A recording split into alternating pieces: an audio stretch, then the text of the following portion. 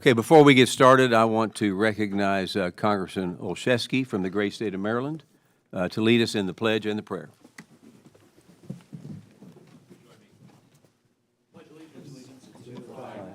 The United States of America and to the republic for which it stands, one nation, under God, indivisible, with liberty and justice for all.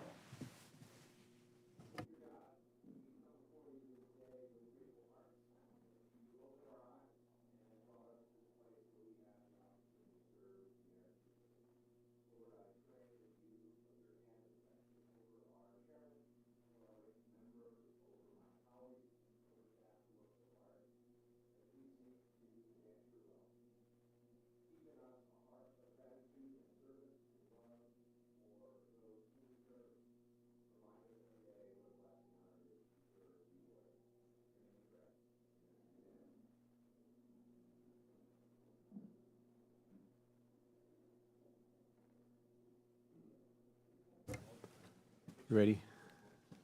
Yeah.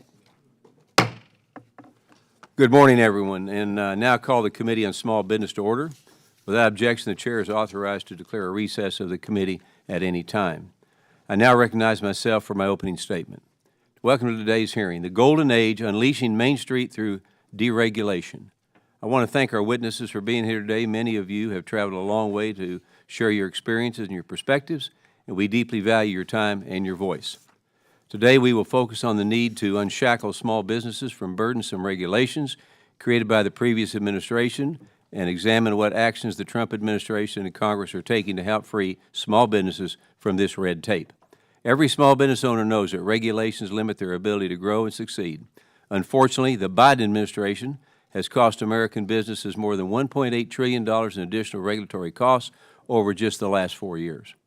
As a car dealer myself for over 50 years, I know firsthand how harmful regulations can be for small businesses and consumers alike. In the car business, the cost of regulations directly impacts the cost of the car. In fact, regulations could increase the cost of a car by almost 20%. Emissions regulations and fuel efficiency standards are among the most expensive to comply with, which directly impacts consumers. This mountain of red tape is uniquely costly to Main Street. On average, small business owners pay 20% more than larger companies to comply with the same regulation. While these small business owners are experts in their fields, they are not experts in regulatory compliance. Small businesses must dedicate as much as they can and more significant portion of their workforce and funds to regularly comply, drastically limiting their ability to grow and discourage the creation of new small businesses. Despite the serious headwinds small businesses face due to this avalanche of regulations, there is reason for hope. The Trump administration has already made progress in removing some of the most harmful regulations imposed on our nation's small businesses by the Biden administration. President Trump's pro-growth policies have already begun to help our nation's most prominent job creators and make them survive and thrive. As a small business owner, I know the consequences of stifling regulations. That is why, in my time as chairman, one of the top priorities of the committee has been combating the red tape that impedes small businesses across America. This committee is dedicated to creating solutions that will unburden Main Street America, which is what the legislation included in our hearing today intends to address. I hope our conversation today will further shape the potential solutions. I want to thank all of you again for being here. I look forward to our conversation. And with that, now I recognize my friend and ranking member from New York, Ms. Velasquez, for her opening remarks. Thank you, Chairman Williams, and good morning, everyone. Thank you to the witnesses for being here today. While some may argue that the golden age of deregulation will pave a path to economic growth, we must recognize that the unchecked removal of regulations can have lasting consequences. It is important to understand that regulations provide a foundation that ensures safety, fairness, and sustainability for all Americans, as well as small businesses. Regulations make sure the food restaurants serve is safe, the water craft breweries use to make beer is free of contaminants, and the air we breathe is clean. Regulations also provide clear rules of the road for small businesses, offering certainty and ensuring that they can compete on a level playing field. Clear, consistent rule helps small firms understand what is expected foster fair competition, and lead to success. Regulations promote innovation, especially in the energy and manufacturing sectors. The Bipartisan Infrastructure Law and the Inflation Reduction Act created a framework for accelerating clean energy development and innovation. The accompanying regulations prioritized investment in renewable energy, energy efficiency, and clean technologies, driving innovation in the clean energy sectors. With that said, I understand certain regulations can be onerous and difficult for small employers to comply with, but deregulation is not the answer.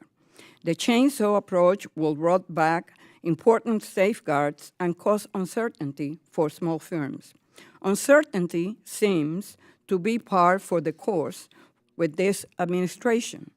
In 2 short months, reckless policies have wreaked havoc, chaos, and confusion across the American landscape, harming Main Street. On January 24, President Trump illegally fired the Inspector General, who was committed to investigating and recovering fraudulent funds. Days later, OMB released a memo requiring agencies to freeze federal funding, causing confusion for small businesses, lenders, and contractors.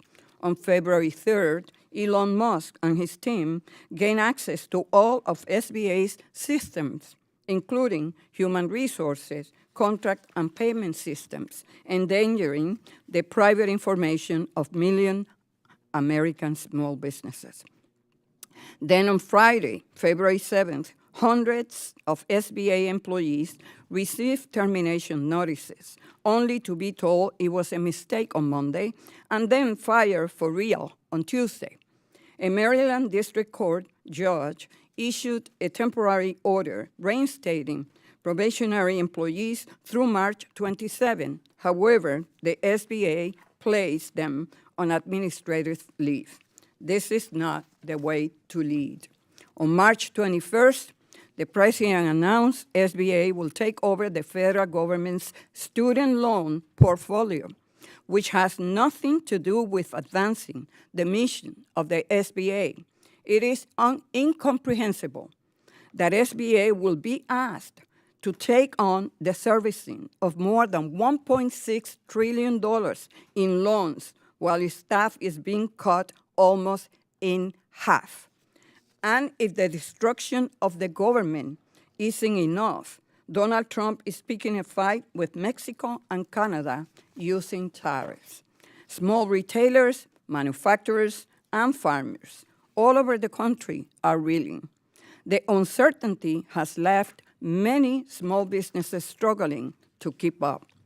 Our focus today should be on the reckless policies of the Trump administration that are sowing chaos, confusion, and uncertainty for small businesses. Mr. Chairman, so much for lowering inflation. Thank you, and I yield back. Lady yields back, and now I will now introduce our witnesses. The first witness with us today is Patrick Montalban. Mr. Montalban is the Chairman and Chief Executive Officer of Montalban Oil and Gas Operations, Inc. in Cutbank, Montana. Mr. Montalban has overseen Montalban Oil and Gas Operations for over 20 years, taking over from his father, who started the company in the 50s. He's also worked with Mountain View Energy Limited, Genesis Energy, and Altamont Oil and Gas.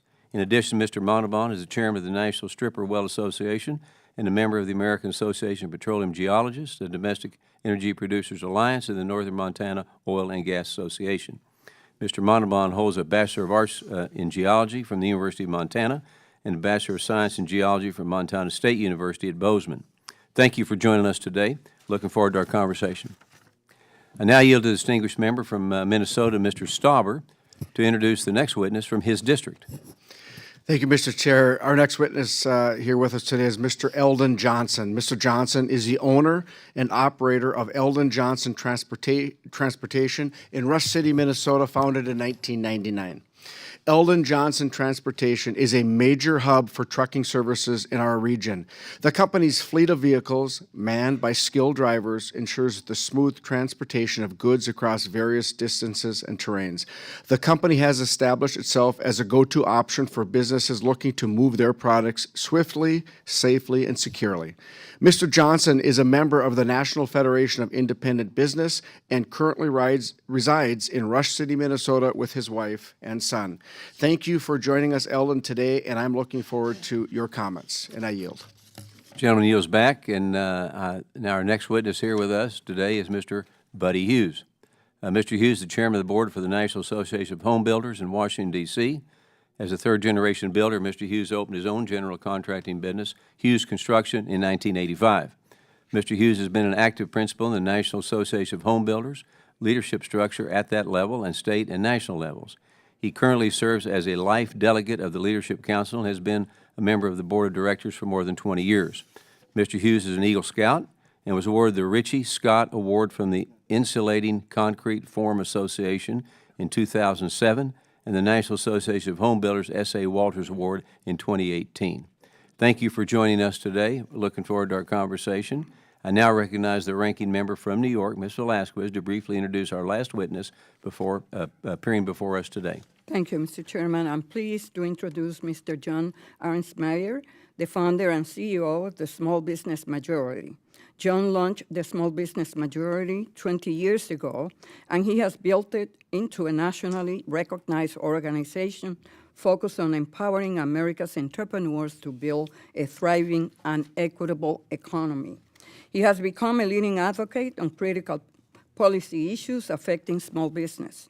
Prior to that, John was the founder and CEO of an award-winning interactive communications company. With a background in business and public policy, John will be able to discuss the challenges and opportunities facing small businesses today. We are fortunate to have him here today. Thank you. I yield back. Lady yields back. And again, we appreciate all of you being here today. And before recognizing all of you, I want to remind you the way we operate here, okay? That your oral testimony is restricted to 5 minutes in length. If you see the light turn red in front of you, it means that your 5 minutes is up and you need to conclude.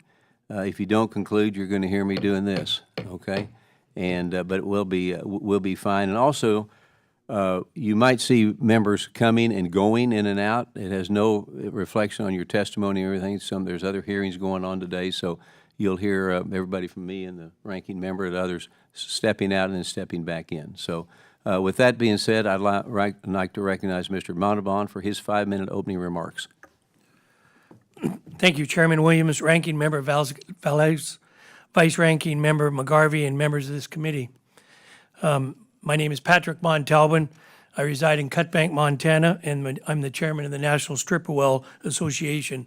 We represent the small independents of America that produce small wells, and we call them the ma and pa outfits in the oil and gas business. A stripper well is 15 barrels a day or less, or 90,000 MCF. We produce about 13.6 million barrels in this fine country of ours, and we produce about 10% of that production, or about 1.3 million barrels. This production is produced out of 760,000 wells over 32 states, or about 80% of the production in this great country. We call it the Strategic Petroleum Reserve, many of us, as we believe it's a very constant and ready for the citizens of this great country. We generate great jobs in rural America, and we provide excellent jobs to our local communities. It takes as many people to run a 3-barrel-a-day well as it does a 300-barrel-a-day well. We're not the large integrated companies. We don't produce oil, refine oil, and sell oil. We receive a price at the wellhead or on the site for what we produce. We've been in this business for many years. One of the things many people don't think about are the royalty owners that are associated with our business.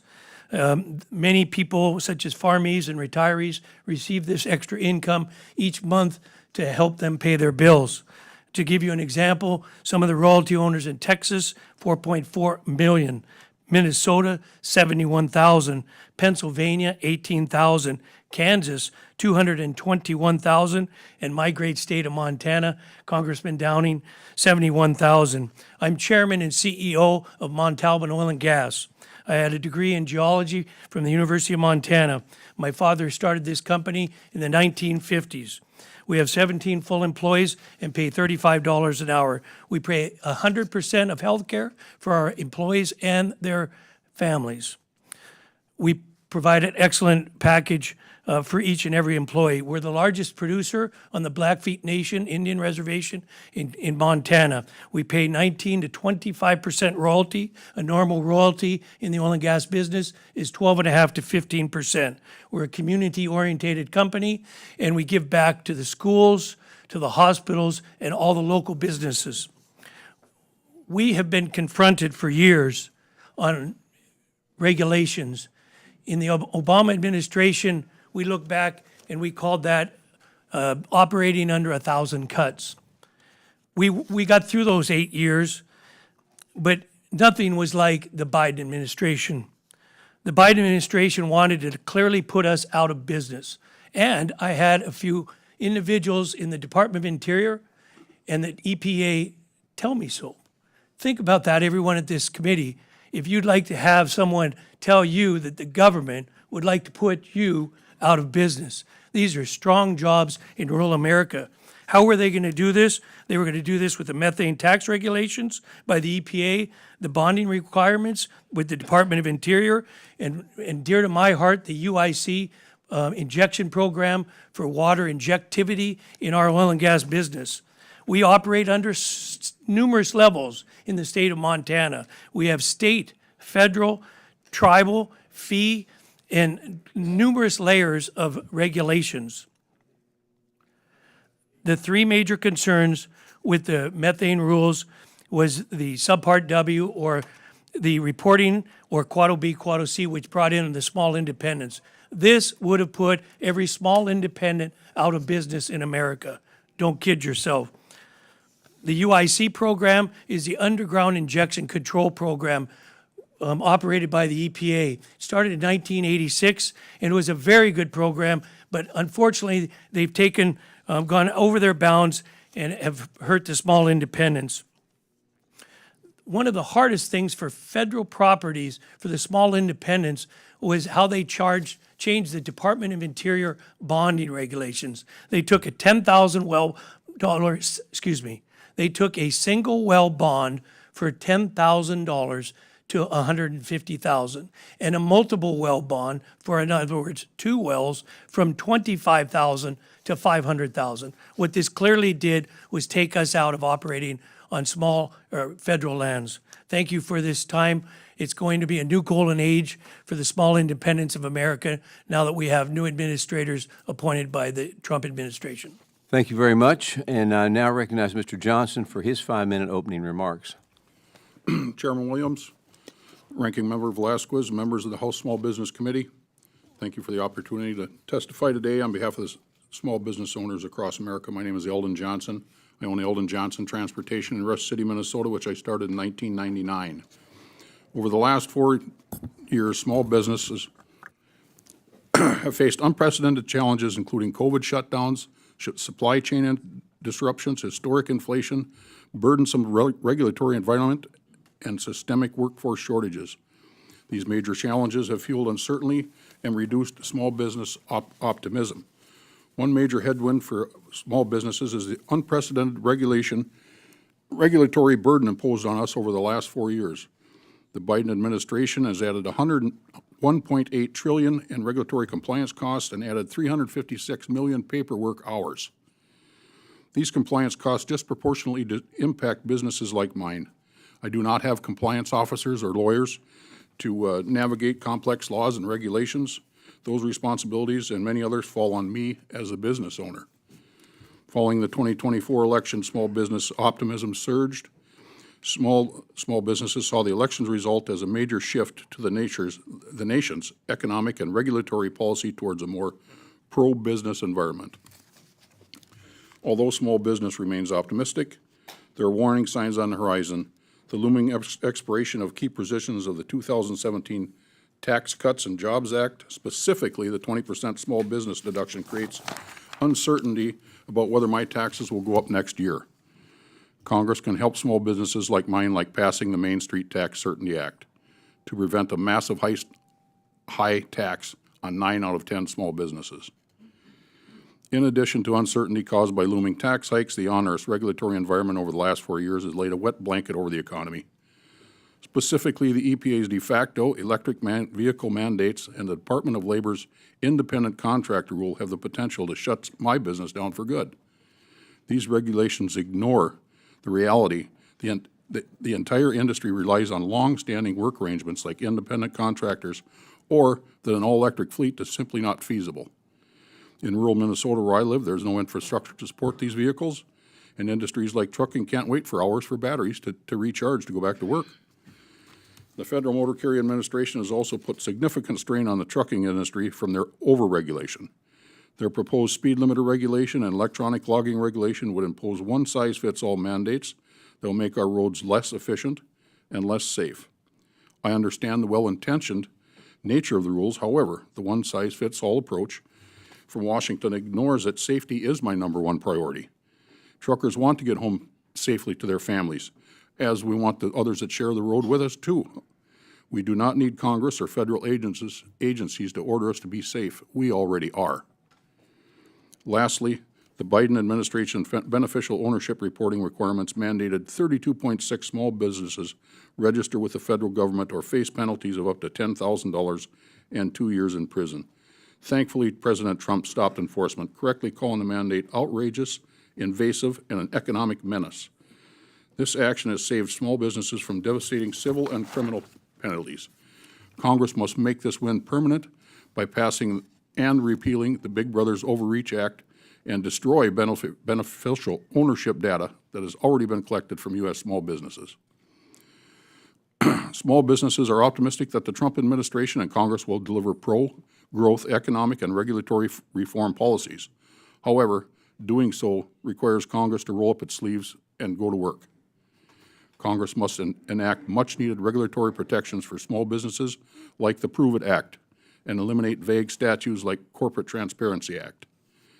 Most importantly, Congress must provide small businesses an economic certainty that taxes will not increase at the end of the year. This certainty will give my business the comfort to expand and increase the opportunities we can offer our associates and workforce. Thank you for the opportunity to discuss the impact of these burdensome regulations on small businesses, and I look forward to your questions. Gentleman yields back. I now recognize Mr. Hughes for his 5-minute opening remarks.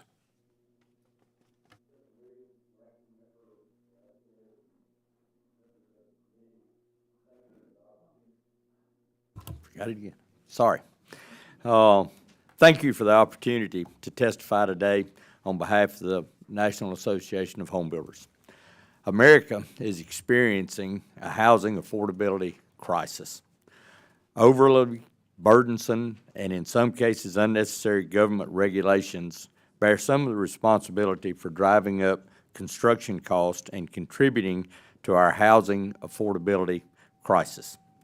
Nearly 25% of the price of newly built single-family homes and 41% of apartment development costs are due to regulations. It does not need to be like this. We can have an effective regulatory environment while minimizing burdens on small businesses. Unfortunately, rulemaking agencies fail to consider how regulations will affect small businesses and often flat out ignore the Regulatory Flexibility Act. Last year, this committee's own RFA compliance investigation highlighted how widespread this problem is. That investigation also pointed to potential paths to reform and strengthen the 45-year-old law, which we support. One example of the lack of RFA compliance is the waters of the U.S. regulation. This rule directly impacts builders who need to determine if a water feature is subject to federal or state regulation. While over 60,000 permit applications for such activities are processed each year, the EPA certified that the 2023 proposed rule would not have a significant impact on a substantial number of small entities, allowing the agency to skip the compliance with aspects of the RFA. This finding defies all common sense. Legislation such as Representative Finstad's Prove It Act would go a long way toward correcting this by increasing small business input into the rulemaking process and holding agencies accountable. The Trump administration is also taking action to eliminate unnecessary regulation. NHB commends this, and I want to point out 3 regulations in the pipeline that deserve greater scrutiny. First, HUD and USDA's April of 2024 rule to require homes financed through the agencies to comply with excessive minimum energy standards. This will not only drive up cost, in some cases by more than $30,000 per unit, but only 9 states have fully or partially adopted the new requirements, which means we won't be able to deliver much needed housing using these programs. We urge Congress to support legislation prohibiting HUD and USDA from adopting any energy standards. Second, OSHA's August of 2024 proposed one-size-fits-all rule to establish a federal heat standard contains many elements that would be infeasible for small businesses in the construction industry. NHB urges OSHA to withdraw this proposed rule. Instead, OSHA should continue encouraging employers to follow the principles outlined in OSHA's long-promoted Water, Rest, and Shade campaign. Third, HUD's April of 2024 rule to implement a federal flood risk management standards expands floodplain management requirements and fundamentally threatens access to FHA mortgage insurance programs for single-family home buyers and multifamily builders. For these reasons, we urge HUD to repeal its FFRMS rule. An improved regulatory environment will unlock economic growth and open the door for the millions of Americans who are priced out of the housing market. NHB applauds this committee for highlighting the lack of agency compliance with the RFA and ways to improve our rulemaking process. NAHB stands ready to work with this committee to unleash Main Street through deregulation. Thanks again for this opportunity. Gentleman yields back. I now recognize Mr. Arensmeyer for his 5-minute opening remarks. Chairman Williams, Ranking Member Velasquez, and committee members, thank you for inviting me here today to speak to you. As Small Business Majority, we engage our network of more than 85,000 small businesses and 1,500 partner organizations to advocate for public policy solutions and deliver resources to entrepreneurs in order to promote dynamic small business growth. 21 million new businesses have been created in the past 4 years. We need to be doing everything we can to support these new enterprises by focusing on the issues that are impacting them the most. Regulation certainly can be a pain, but small business owners consistently rank regulations near the bottom of the list of many challenges they face. I'll be addressing some of the regulatory issues in a bit, but I want to make the point that businesses are much more concerned with the devastating impact of the Trump administration's slash-and-burn economic policies than they are about federal regulations. This is fueling extreme uncertainty and a severe drop in business confidence in surveys conducted by organizations across the ideological spectrum. Our own most recent survey shows a drop by 1/3 in optimism in the past 2 months alone and more than doubling in pessimism.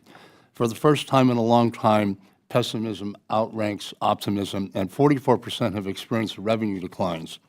On a daily basis, we are hearing fear and horror about the administration's arbitrary, chaotic, and unpredictable actions that are destabilizing the economy.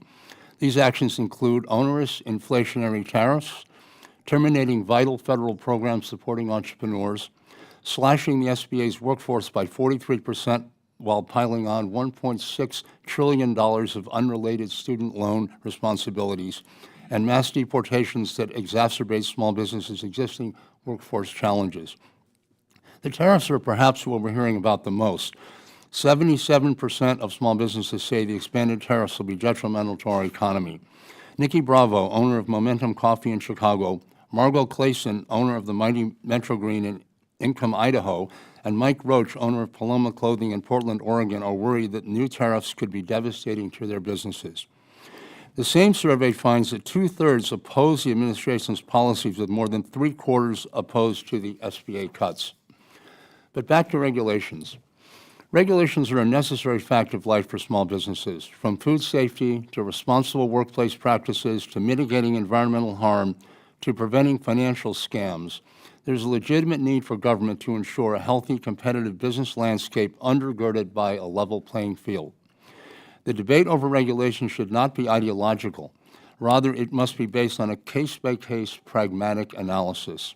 Because regulations can sometimes be burdensome, it's essential that we have a process to assess their costs and benefits. A one-size-fits-all indiscriminate deregulatory policy, such as eliminating 10 regulations for every one enacted, reflects a performative slash-and-burn approach to governing that has no relationship to actual business realities.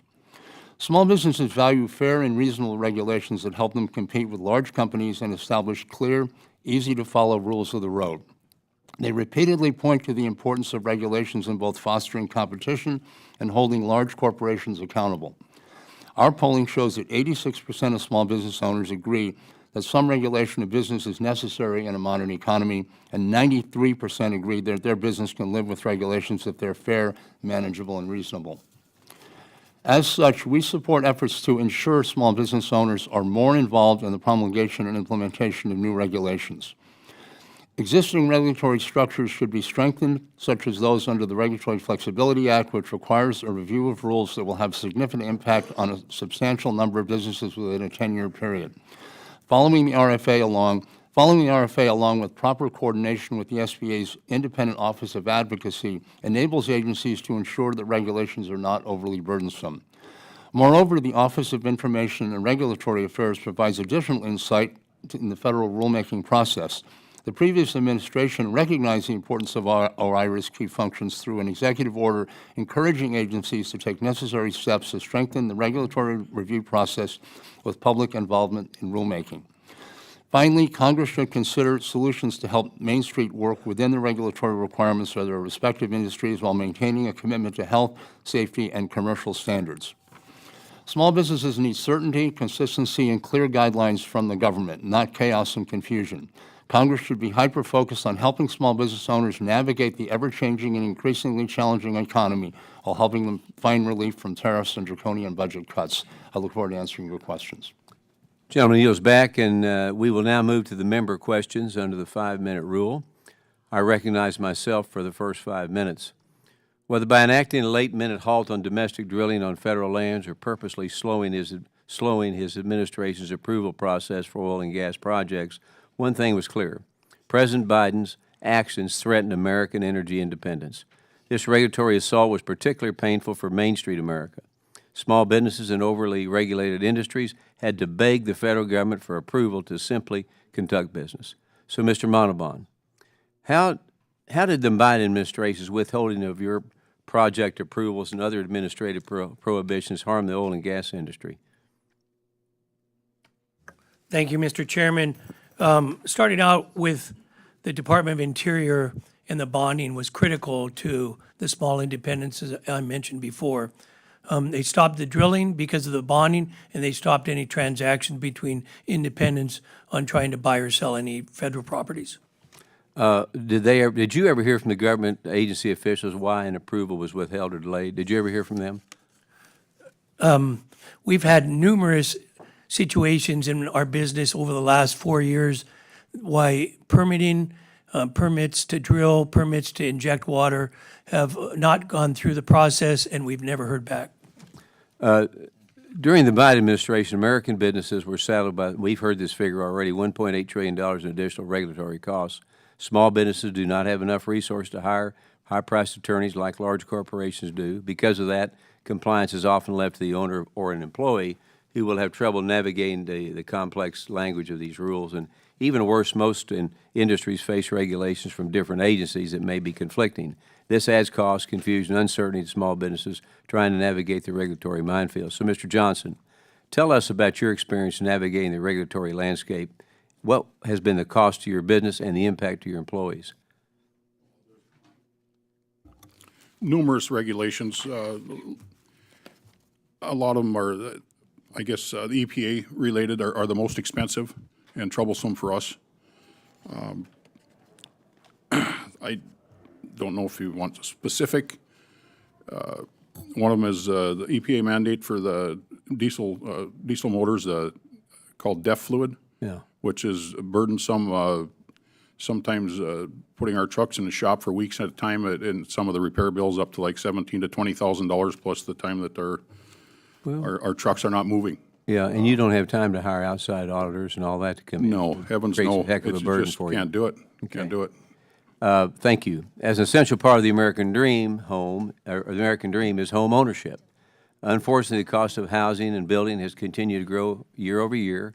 Studies by the National Home Builders Association found that 25% of the cost of a house is attributed to regulations. This has pushed an estimated 14 million Americans away from their home, having a dream home and owning one. So, Mr. Hughes, can you explain how burdensome regulations cause such a substantial cost increase for home builders, and what should be done to reduce these regulatory barriers? Well, unfortunately, there's a plethora of reasons and regulations. The one that I deal with the most is burdensome codes. We've just gone too far with energy regulations, and a lot of that 25%. And it may help to put that into perspective to say the dollar amount. That 25% is $94,000. So the first $94,000 is just regulations, and a lot of that is codes. Other things is, Mr. Arensmeyer mentioned, the one-size-fits-all. Too many times our engineering and stormwater regulations for small subdivisions, which I deal with a lot more, are way too burdensome, and it is not a one-size-fits-all. Well, and they get passed on to the potential buyer, sure. who has to go to the bank, borrow that much money, pay that much more interest, Correct. and it hurts, doesn't it? Oh, So if the government stayed out of your business, we might see a price reduction. that's, yeah. Exactly. You're on record. Yes, sir. Okay. Absolutely. I would love to see the federal government get out of the codes business. All right. Thank you very much. I now recognize the ranking member for 5 minutes of her questioning. Thank you, Mr. Chairman. Mr. Arensmeyer, what are your opinion polls showing? Are burdensome regulations one of the top priorities? Ranking Member, we've been conducting polls of small business owners and surveys of our own network for the last 20 years. And we talk to small businesses every day. We do not hear certainly federal regulations listed as a top concern. It's access to capital, health care, child care is now a big issue, unfair competition on all of the. Is it fair to say that small employers are worried about tariffs? They are incredibly worried about Are tariffs. small businesses concerned about remaining competitive and turning a profit? Absolutely. The level of fear and uncertainty right now is incredible. We're hearing it every day. Mr. Hughes, are home builders anxious about the Trump tariffs being levied against construction imports like Canadian lumber, aluminum, and steel? Yes or no? Yes. And builder confidence ticked down in February to the lowest level in 7 months. Is that partly due to the economic uncertainty? Yes or no? Yes. It seems to me that the top concern of small businesses is the economic uncertainty stemming from the Trump administration reckless policies. And I would like to enter into the record, Mr. Chairman, a press release, May 17, from the National Association of Home Builders. So moved. Mr. Arensmeyer, in your testimony, you mentioned small employers need certainty. Could you describe how the policies of the Trump administration have sown confusion and disruption to small businesses? Small business owners have no idea what's happening on a day-to-day basis. They don't know what tariffs they're going to be hit with. They don't know if their employees are going to be legal immigrants are going to round it up from their businesses, and they don't know what next agency is going to be slashed. They cannot plan in this kind of environment. And President Trump announced SBA will be taking on the $1.7 trillion student loan program. So I asked you, is SBA equipped, if that is the core mission of small business, of the Small Business Administration? It exists to help small businesses access capital, federal procurement, $1.7 trillion student loan program. Do you think this is consistent with the core mission of SBA, Mr. Hughes? I'm sorry, not my area of expertise. Student loans, Small Business Administration, is in the business of providing access to capital, is technical assistance, capacity building for small businesses. What does student loan program has to do with small businesses? Nothing. Do you believe the SBA can effectively support small businesses while taking on the student loan program and cutting staff by more than 40%, Mr. Arensmeyer? It's mystifying, Congresswoman. We can't figure it out at all. I've talked about the growth in small businesses over the last 4 years. We need to be making sure we're supporting those businesses, and we need sufficient staff to do that. And why anybody thinks we take on a $1.6 trillion student loan program it boggles the mind.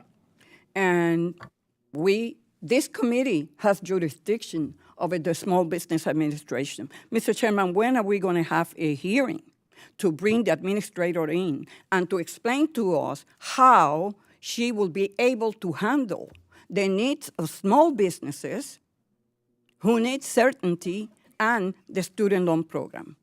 When will you be asking her to come into this committee and discuss the reorganization of the Small Business Administration? We, the committee Democrats, have sent 5 letters to the administrator. We haven't received one answer. Remember when you really got upset, Mr. Chairman, when the previous administrator didn't answer your letters? And I even joined with you. So I expect the same here. And later this month, we will be marking up the Prove It Act. John, do you have a position on this bill? Our feeling is that the structures that are in place right now are sufficient. If they're not being, we've heard that perhaps the RFA is not being sufficiently enforced. Let's increase enforcement. The previous administration took steps to improve the OIRA process. So if we layer another structure on top of this, there's just going to be more confusion and more uncertainty for small businesses. Thank you. I yield back. Lady yields back. I now recognize Mr. Alford from the great state of Missouri for 5 minutes. Well, thank you. That was interesting. Thank you, Chairman Williams and Ranking Member Velasquez. Last 4 years, small businesses have been under attack from an administration determined to crush Main Street under the boot of big government. In the previous administration, federal agencies finalized more than 1,000 regulations costing taxpayers $1.8 trillion in compliance. That's the same as the entire federal discretionary budget for FY23. It is unacceptable that federal agencies can put this burden on the taxpayers of this country. This outrageous abuse of power by the executive branch is what the American people rejected when they overwhelmingly elected Donald J. Trump as president. I am proud to support the efforts of the President and the patriots at DOJ working to right-size our government and ensure that no future administration can unilaterally place such a burden on Main Street. And yes, I am optimistic. I am optimistic that things are going to turn around in America finally.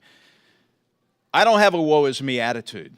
I am glad we are getting the $1.7 trillion loan portfolio over to the Small Business Administration. Finally, maybe 300,000 square feet of office space that was previously unfilled will be filled with people actually at their desk working for the American people.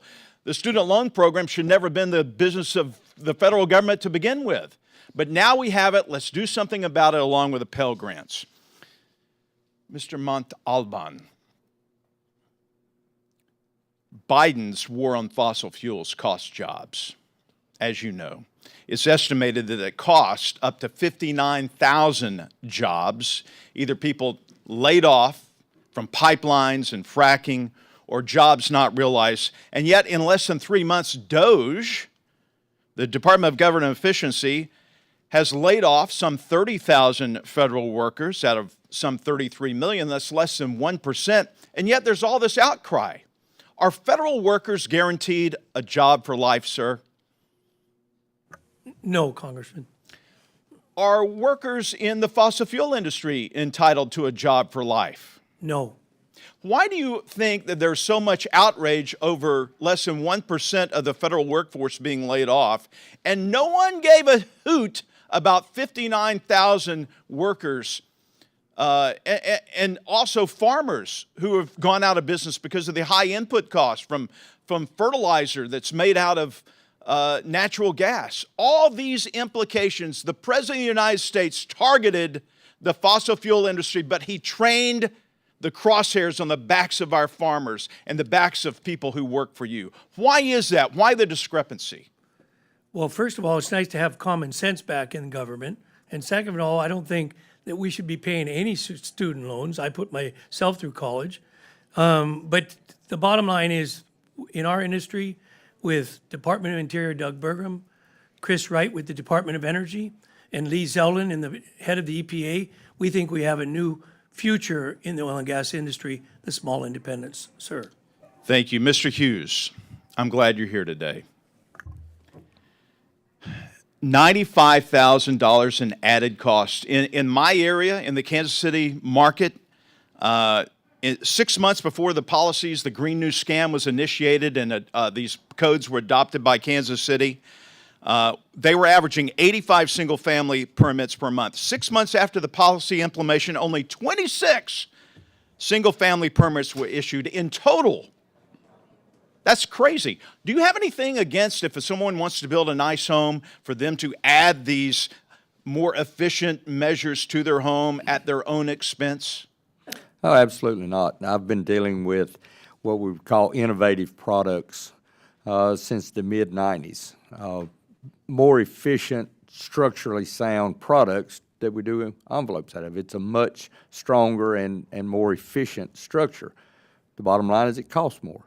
And I deal with a lot of folks that have that extra money when they're building their second or third home. But it's not practical to require that of first-time. And yet it's stifling home ownership in America. The American dream is at risk because this past president, this past administration decided to put their foot on the neck of home builders, tying them up, shackling them with these overburdensome regulations, which is killing the housing market in America. That's why Tracy Mann and I led a letter to the USDA to pause the implementation of these very burdensome regulations so we can keep the American dream alive.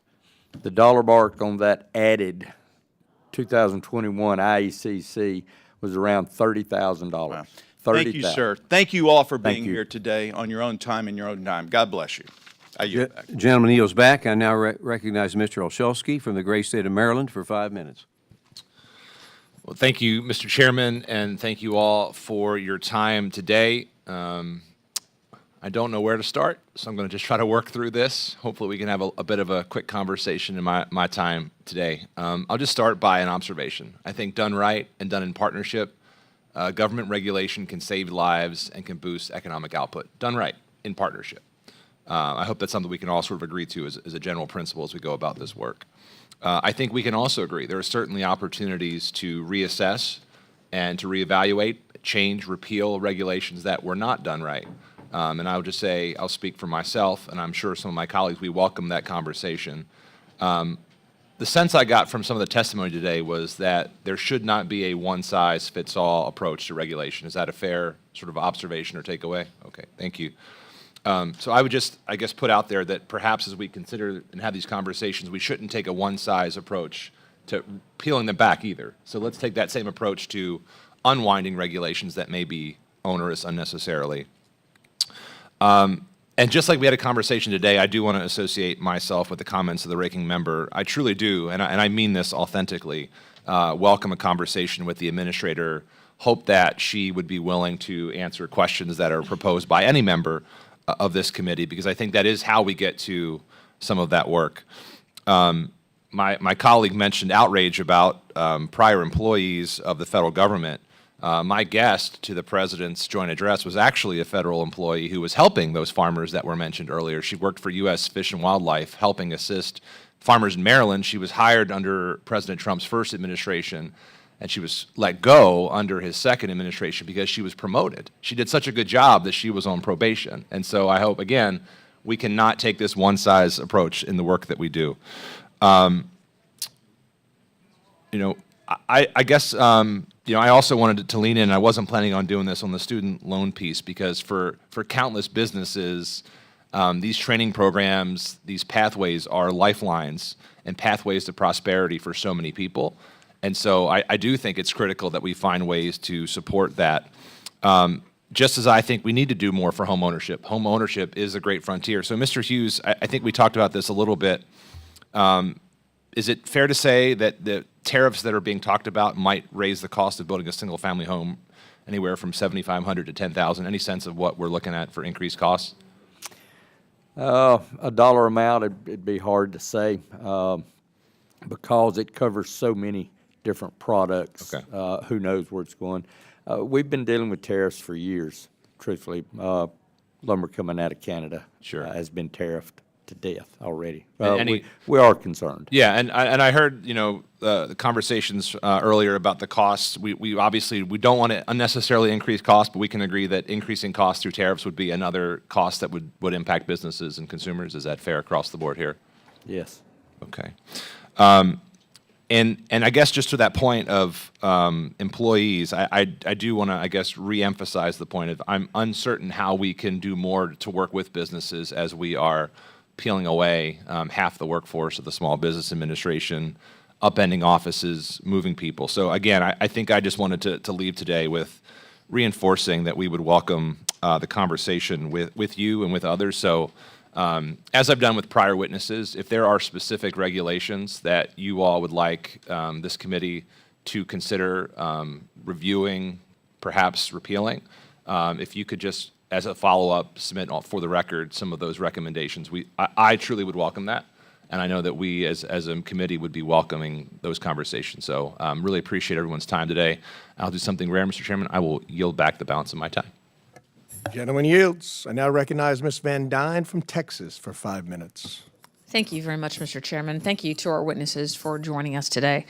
Small businesses are the foundation, as you know, of the American economy, comprising 99% of all U.S. firms and employing nearly half of the nation's workforce.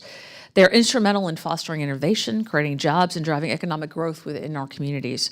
Unfortunately, in 2022, regulatory burdens reached an all-time high of an estimated $3 trillion, or approximately 12% of the U.S. GDP. And rather than providing the relief, Biden administration added an additional $1.8 trillion in regulatory costs. And as I've emphasized before, every dollar an hour that's spent on compliance is a dollar not invested in hiring employees, expanding facilities, or fostering innovation. Small businesses with their limited resources are particularly vulnerable to these impediments. President Trump and Administrator Loeffler and congressional Republicans are committed to streamlining government and eliminating burdensome regulations. To date, the administration has halted over $180 billion worth of regulations, and Congress has an important role to play as we explore additional reforms necessary to free up small businesses and promote economic growth. As a member of the Oversight Subcommittee, I have consistently worked to ensure that small business owners are not buried under bureaucratic red tape. Earlier this year, I reintroduced the Small Business Regulatory Reduction Act, which mandates that cost neutrality in the SBA's regulations, and it also requires the agency to report to Congress on the financial impact of other federal regulations on small businesses. Without objection, I move to enter a letter from the Small Business and Entrepreneurial Council into the record in support of the bill. So moved. Mr. Hughes, the price of homes has skyrocketed. You're having issues now with actually being able to get a mortgage. Mortgage rates are high. And as you noted, the regulatory burdens accounted for nearly 25% of the price of a typically new-built single-family home. And I'd actually do you one further. I think it depends on what state. While in Texas, it may be 25%, in places like California, it's actually 40%. So what are some of the regulations at the federal level that contribute to this issue? Codes, I keep going back to codes, but energy codes in specific. 80% of codes we don't argue about. Health and safety, engineering, those things don't change much. But it's when the administration's climate agenda entered into it. Like I say, just one new code, 2021, IECC, which is the energy code, came into being. That's when it jumped an average of $30,000 per house. And that's small houses, large houses, $30,000 at one clip. It's hard to swallow. How have the home builders in your association responded to President Trump and the congressional Republicans' deregulatory commitments? Everybody's excited, very excited about the hope that we can get beyond some of these regulations. Particularly, and it goes farther than codes too. In my home county, we had a town hall meeting a couple weeks ago with 3 of our senators, and some folks showed up in the grading business. We have a severe shortage of lots, buildable lots, that small builders like myself can buy to build a house on. And the reason for that is stormwater regulations, EPA regulations, and the number that jumped out at me. I've only done 5 or 6 subdivisions over my career, all very small subdivisions, 20 lots or less, and we didn't have to spend a lot of money in the early 90s for engineering. The number today, the average is $1,000 per lot just for engineering. It's great information to know. Thank you. Mr. Johnson, in your testimony, you alluded to the issue of a significant noncompliance with the Regulatory Flexibility Act. Would you agree that it's time that the SBA takes stock of agencies' compliance and issue a report to Congress so that we can act on these findings? Yes. Excellent. All right. I yield the rest of my time, and thank you very much to our witnesses. Gentlelady yields. I now recognize Dr. Conaway from New Jersey for 5 minutes. Thank you, Mr. Chairman. And before I get to my prepared questions, I just have to comment on some of these energy regulations. I happen to have upgraded the energy situation in my own home recently, and it was due to a state program that are helping with that cost. But the reason I did it was because that more efficient heating and air conditioning system saves money over time, and would enhance the resale value of my house. In fact, I bought my own home because there were solar panels up on it. I knew it would. I didn't. Well, I'm sure I paid for that in my purchase price, but it certainly saved me substantial amounts of energy costs, particularly electricity costs, for my home. And so I think there is, I guess there's just another side to tell. I'm not asking as a question, I'm just making a statement. Energy efficiency has its place, and I guess, when it's applied and when people decide in order to try to achieve those savings, leave it to the individual. But I think if the more that homeowners do that, the better off we'll be on multiple fronts. The homeowner will save money, and we'll do hopefully better about preserving our Earth for future generations. I'll get to my statement. The United States is part of a global economy that ripples its way through the largest corporations to the smallest businesses on Main Street. According to the government statistics, a total of 20,072 companies exported from New Jersey locations in 2022. And of that number, 18,331, or 91%, were small, medium-sized enterprises with fewer than 500 employees. Furthermore, New Jersey's largest market was Canada. My home state exported $8.4 billion in goods to Canada in 2024, and this represents 20% of New Jersey's total goods exported.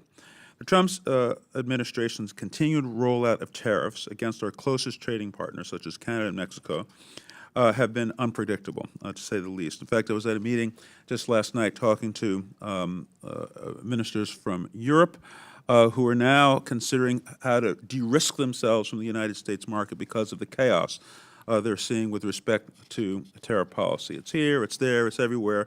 And as I understand it, on this committee and just dealing with the small businesses in my community at home, predictability is one of the main things businesses need in order to decide about their investments, to grow employees, to bring on new technologies, et cetera. So this unpredictability hurts the American economy and inherently hurts Main Street businesses across the country. Mr. Arensmeyer, in your testimony, you speak on how the unpredictable nature of Trump administration's tariffs hurt small businesses. Can you speak more specifically about what you've heard from small businesses and what tariffs mean for local economies? We've heard some of that here in our committee, I can tell you, and how tariffs might make economic planning increasingly difficult for such businesses. Well, we're hearing from small businesses on a regular basis that it's just they have no idea how to plan. They have absolutely no idea to plan. They're worried about costs. They've already been dealing with inflation, and now they have to worry about further inflation, if you will. We have $3.3 trillion worth of imports into this country, and it's just all through the economy. So, the average small business owner has all sorts of different ways that they're actually going to be impacted directly or indirectly by these tariffs, and they can't even begin to, think about it. They have to think about all their different supplies, all of the different things that they put into their product, and and they have no time to plan, and they don't know it could change tomorrow. So it's probably the single biggest thing we're hearing from businesses right now. Thank you. On March 19th, the President signed an executive order that seeks to dismantle the Department of Education. And we're going to say more about the significant impacts on New Jersey, meeting with the governor and others here later this week. And on top of that is cutting employees and adding $1.6 trillion in outstanding student loan debt to SBA's responsibility. Workforce reductions, 43%, as I've alluded to. And this change, and I know there's legislation seeking to effectuate that, but you have a shrinking workforce, increasing responsibility, and one wonders how the agency can possibly manage that change. How can SBA do this job, taking on new responsibilities while cutting their workforce by a significant percentage? And I'll yield back. I don't know. Await your answer, sir. Gentleman's time has expired. I now recognize Mr. Stauber from Minnesota for 5 minutes. Thank you very much, Mr. Chair. And thanks for all the witnesses for being here and your testimony. Minnesota's 8th Congressional District is home to hardworking miners, truckers, loggers, home builders, and energy workers. As their representative, I hear one thing time and time again. Washington is making it harder for us to do our jobs. These men and women aren't asking for handouts. They're simply asking the government to get out of the way. As I mentioned earlier, I'm glad to have one of my constituents joining us today, Mr. Elden Johnson. He's not just a business owner, he's a Main Street success story, a voice for rural America, and a firsthand witness to how Washington's red tape affects our way of life in northern Minnesota. Mr. Johnson, thank you for making the trip out here. Mr. Johnson, you've had to navigate the mandates related to heavy-duty vehicles. Are electric trucks a feasible option in rural America, and how would these rules affect your ability to deliver goods across Minnesota and the upper Midwest? They're not feasible. In a word, no, not feasible. And if I was to comply with that, I would be completely out of business. We would have to close the doors. It's not a one-size-fits-all, doesn't fit here in rural America with no infrastructure. So you have a truck loading up at Peterson Wood Treating out of Superior, Wisconsin, when it's 25 below. You're not going to go to Ishpeming, Michigan with with an electric truck, are you? Well, I personally wouldn't want to. You won't get there. Thank you. Mr. Hughes, nearly a quarter of the cost of a new home is now regulatory. Yet rulemaking agencies often tell small businesses that it won't cost much to comply with proposed regulation. You just gave it an example in your earlier testimony that one energy rule or regulation that Congress never voted on cost a home $30,000, whether it's a bigger home or a smaller home. Can you elaborate on that? Well, as we said, it's not a one-size-fits-all, and I am all about energy-efficient products and construction, but it absolutely has to be choice. It can't be mandated. I have 3 grandsons under the age of 10, and I'm worried at the pace we're going, they're not going to be able to own their own home. Right. Even if Papa builds it. You know, we just had one of my colleagues talk about his personal experience with his own home. That's an example of personal choice. Correct. He wasn't forced to do it. He chose to do it. You know, under the Biden administration, they put rules and regulations to the tune of 1.3 rules and regulations per day across their administration that affected each and every one of you. We didn't get a vote on it. These are just rules and regulations that the bureaucrats in the back room think it's a good idea. We always talk about Main Street America. Small businesses are the engine of our economy. We have to support that. I've owned a small business for 31 years. We have since sold it. It's amazing the rules and regulations that came out of St. Paul, Minnesota, and our nation's capital, Mr. Johnson, that make it more difficult for you to succeed and more difficult for these services to be provided to rural America. Absolutely, without a doubt. I will just say that as we go into this next administration, President Trump has stated that for every rule or regulation that comes forward, 10 are going to be removed. You had one of my colleagues, and I think in good faith, say, which are the rules or regulations that are bothersome to you? I challenge you to bring those, all of them, to us. Bring 10 or 20 a week. We can talk about them. Because every time that I've asked somebody in the small business hearing, do you need more or less rules or regulations? They always say less. It's disruptive. So the 4 of you, raise your hand if you think that you need more rules and regulations on your small businesses to succeed. Raise your hand. Just like the other ones. It's just like the other hearings. Not one person raised their hands. And what we have to do is we have to make sure that our small businesses can succeed. And these bureaucrats in the back room in Washington that are putting these rules and regulations on you, it has to stop. And listen, it just didn't start overnight. It's been going this way for a long, long time. We have to, in a bipartisan fashion, stop these unnecessary rules and regulations that are punishing you. You're the engine of our economy. 99% of our businesses are small business, and I yield back. Gentleman yields. I now recognize Mr. Cisneros from California for 5 minutes. Thank you, Mr. Chairman. Look, I believe when done right, deregulation means increased competition that improves quality of goods and services and price decreases. When done right, deregulation can stimulate economic growth, reduce costs, and make businesses more efficient. But today's hearing is not about deregulation or how we can work across the aisle to actually help businesses. This hearing is an infomercial. As a co-equal branch of government, we should be actively trying to shape how Congress wants support for small business to look like, and not just seek to appease the executive by stating the name of our congressional hearing with the golden age. Our committee also has oversight authority. We should be able to hold agencies accountable, and their leadership should come to this committee room and explain actions or inactions. I have joined my colleagues in sending letters to the SBA, and they go unanswered.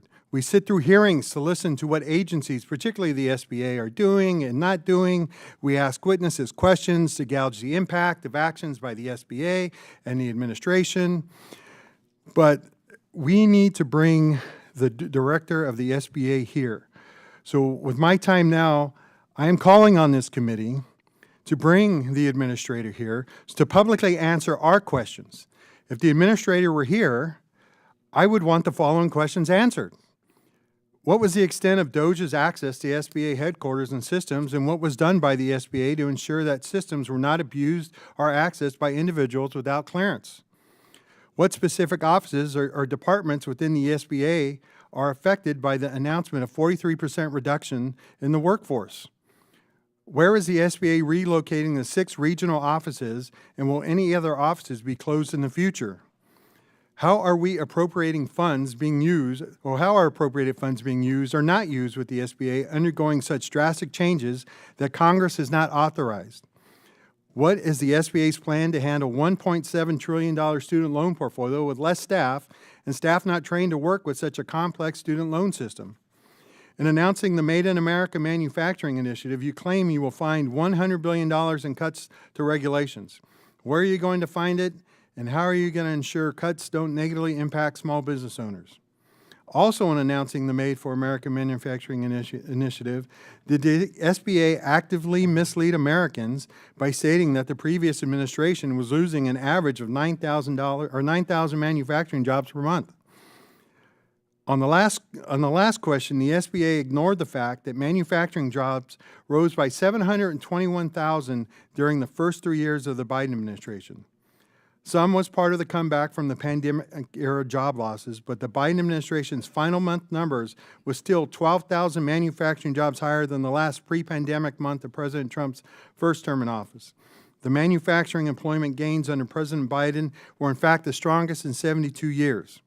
I sincerely hope the administrator comes before this committee to work with us to help small businesses flourish, because small businesses have fewer options than larger companies to navigate and survive the chaotic actions of the Trump administration. And with that, I yield back. Oh, I hit the wrong one. Gentleman yields back, and now recognize Mr. Weed from Wisconsin for 5 minutes. Thank you, Mr. Chairman, for holding this hearing, and thank you to all of our witnesses for sharing their experiences with us today. It's undeniable that the previous administration was anti-business, anti-innovation, and anti-free market. I would like to once again highlight the $1.8 trillion of additional regulations that were needlessly imposed on businesses across this nation. To comply with these regulations, businesses were subjected to 360 million extra hours of paperwork. As a former small business owner, I know firsthand the disproportionate burden small businesses face to comply with additional regulations. When the government needlessly increases the cost of operating a business, those that cannot keep up are forced to close their doors. Those who do manage to stay open spend their time focusing on staying afloat, while innovation and growing their businesses take a back seat. Working with the Trump administration, Republicans are committed to repealing these harmful regulations and reorienting the Small Business Administration to first and foremost help support small business owners instead of continuing to crush them with regulation after regulation. In just over 2 months, the Trump administration has stopped an additional $180 billion in regulations proposed by the Biden administration. I look forward to continuing our work to reverse the Biden administration's burdensome regulatory war and allow small businesses to grow, innovate, and prosper. So, Mr. Montalban, the Republicans on this committee are steadfast in their mission to reduce the massive number of regulations imposed by the previous administration and to promote the extension of the Tax Cuts and Jobs Act signed into law by President Trump. If taxes and regulatory burdens levied on your businesses are reduced, what are the downstream effects for your customers? Well, Congressman, unfortunately, we're just the producer of crude oil and natural gas that comes to your home or to your vehicles. But I can tell you that the regulations that have been brought upon us over the last 4 years were to put us out of business, and they were done through the EPA. This cost us literally, personally, on a couple wells, over $100,000 on one well and over $400,000 on another well. So the bottom line was they were doing everything they could to put us out of business through regulations. Thank you. Mr. Hughes, what current impacts are home buyers facing as a result of increased regulations placed on home builders? As you know, homes can take several years to construct. It's very difficult to, buy land and develop property because of all of the regulations. How do the current regulations hinder the construction of new homes in the coming years? I guess mainly the added cost, but also added time, and there's just been no thought to that added cost and what that does to especially the beginner or the first-time homeowner that I mentioned before. It's just about put them out. Our numbers suggest that every time we add $1,000 to the cost of a new home, you force 100,000. It's actually a little over 100,000, 116,000 buyers out of the market. Thank you. Mr. Arensmeyer, on your organization's website, you mention entrenched discriminatory policies that create obstacles for businesses owned by people of color, women, and immigrants. So what is a specific SBA policy that has this discrimination written into law, and why hasn't the Biden administration repealed that policy? I don't believe, Congressman, we're referring to actions by government. I think we're referring to situations in the market that have created dislocations and differences in opportunities. And our organization is dedicated to looking at where those issues are, regardless. And we believe government has obligation to kind of focus on where the need is the greatest. So it isn't so much about accusing the government of doing something, it's really just stating a reality, an economic reality. Oh, so you weren't referring to the SBA on your website specifically? Not that the SBA was doing anything discriminatory, no. Okay. If I understand your question. Okay, no, it was, on your website it says, yet these entrepreneurs encounter many obstacles due to entrenched discriminatory policies and practices, challenges that have only been exacerbated by the COVID-19 pandemic. I didn't know if you were referring to the SBA specifically. I don't believe we were. You weren't? Okay.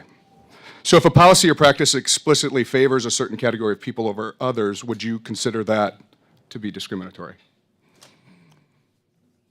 I think it's an obligation of government to look at where the need is the greatest and look at the economic need.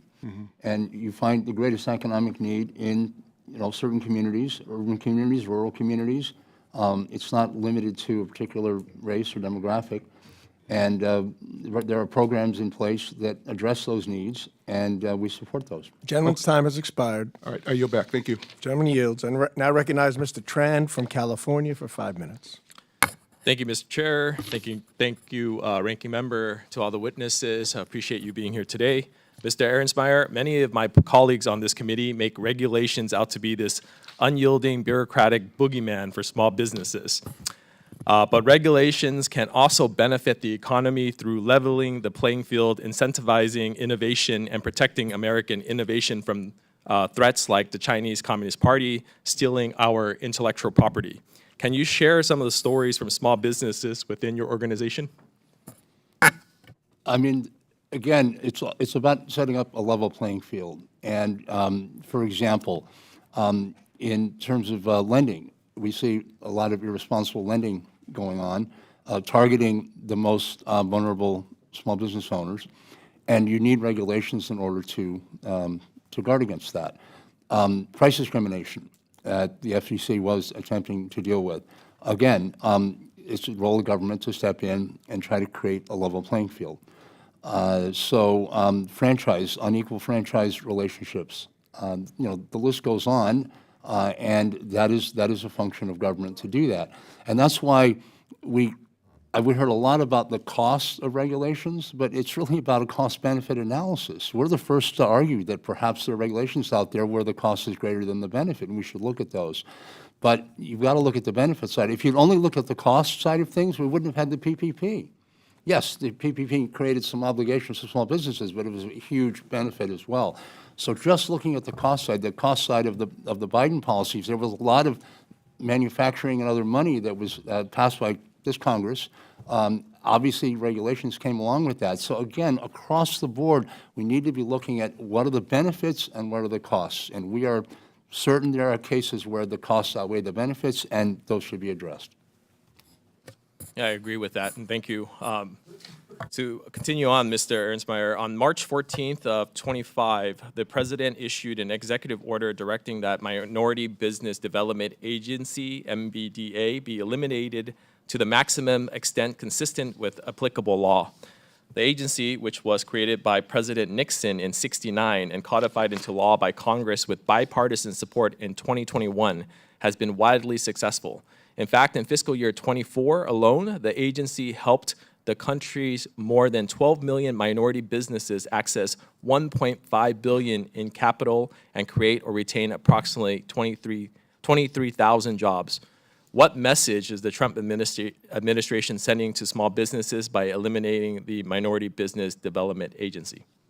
Well, as you mentioned, Congressman, the MBDA has done a lot of good work. They have 26 offices across the country that are serving small businesses.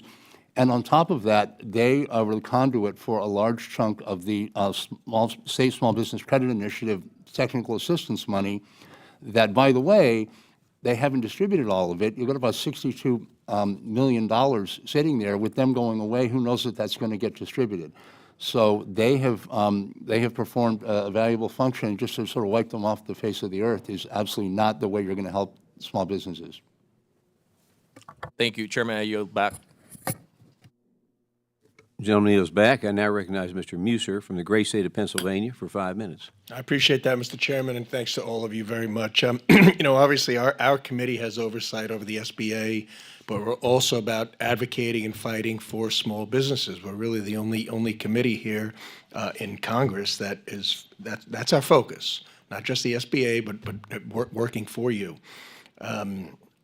And what I'm hearing here today is what I hear when I go to my chamber events, when I'm doing my Main Street walkabouts during COVID, post-COVID, these days, that during the last 4 years have been very, very tough on small businesses. That's just the reality. That's not, there's nothing political there. I mean, inflation, supplies were difficult. We had excessive IRS and OSHA drive-bys because they didn't have any better systems to do anything with, so they were just stopping in on small businesses and creating all kinds of havoc. Of course, inflation, 20% during the course of the last 4 years.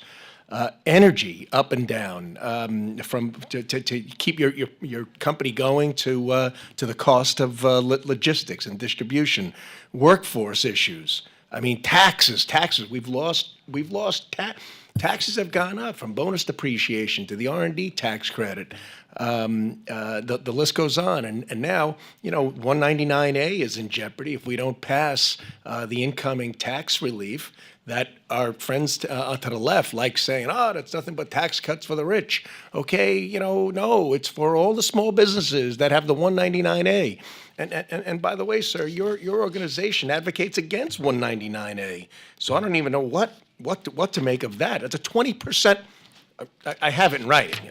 You want a $25,000 tax relief for small businesses and doing away with 199A. So let's just get real, as some of our colleagues said. Look, we need to work on the regulatory costs. That's what this administration is going to be about. I mean, things like the beneficial ownership rule that took place, the CFPB, my God, I don't think there's anybody on earth or in America that was favorable to the CFPB, except maybe some on the political end of things.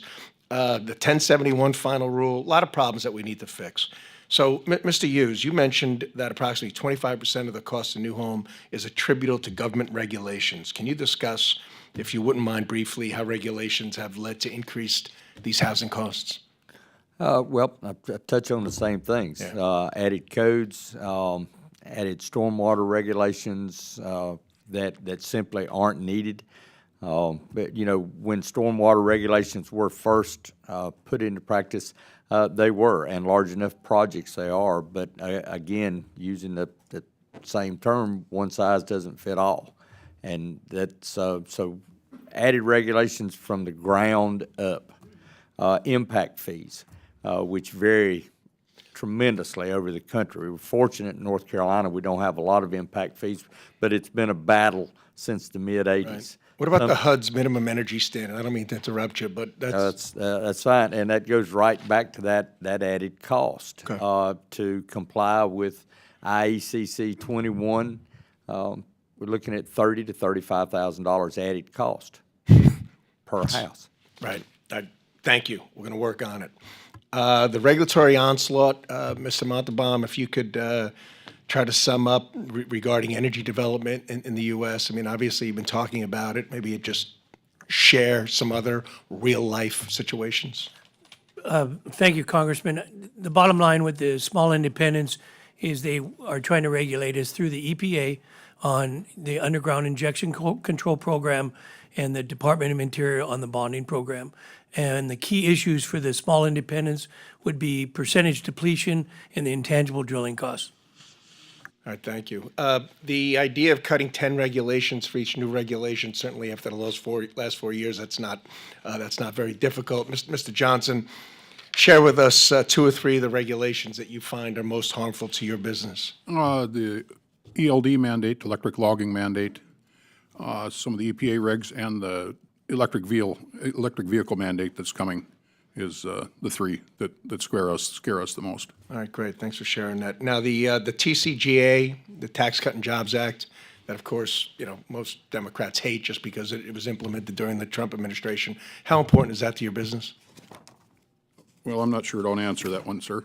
Okay, the 199A 20% small business tax Oh, yes. relief, bonus depreciation. It's a big part. My business saved $11,000 last year. A very, very small business saved $11,000 last year alone. And what'd you do with that money? You put it back into your business, grew, became stronger, maybe hired somebody? Yes, it just goes right back in. It all goes right back into the business. It isn't some golden nest egg. And thank you, sir. I yield back, Mr. Chairman. Gentleman yields back, and I recognize Ms. Simon from the great state of California for 5 minutes. Thank you, Chair, and thank you, Ranking Member Velasquez. And thank you, witnesses, for coming in. I've learned a lot in the short period of time about some real hurdles that I think it is important for us all to acknowledge.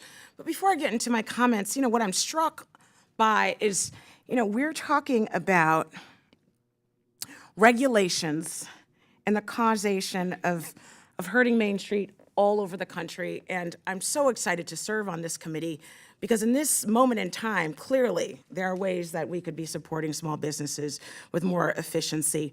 That said, I find it difficult to talk about regulation being sort of the poisonous factor in the economy when right now, in this moment, the SBA just took on work that it knows that it cannot do. And for small business owners like the ones represented here today, because of SBA making the decision to shutter offices in critical areas in the United States, fire thousands of workers who are critical to those small business owners being able to access the small opportunities that we provide. They're not huge opportunities. They keep businesses moving. We're firing staff. We're shuttering offices. And lastly, we've made the decision to take on federal student loan provision in the SBA. You tell me who's directing the ship if we truly are about supporting mom and pop businesses in the United States of America. A couple of weeks ago, I hosted an event for over 7 chambers in my district. Those key leaders were clear to me that it wasn't regulation that was keeping businesses shuttered. These challenges that these chamber leaders representing thousands of businesses in my district, they lifted up that it was the lack of access to capital. And that already, when they called the SBA, it was hard to get through. The websites weren't working. They talked about issues that the SBA could do better in providing in real time, like translation services.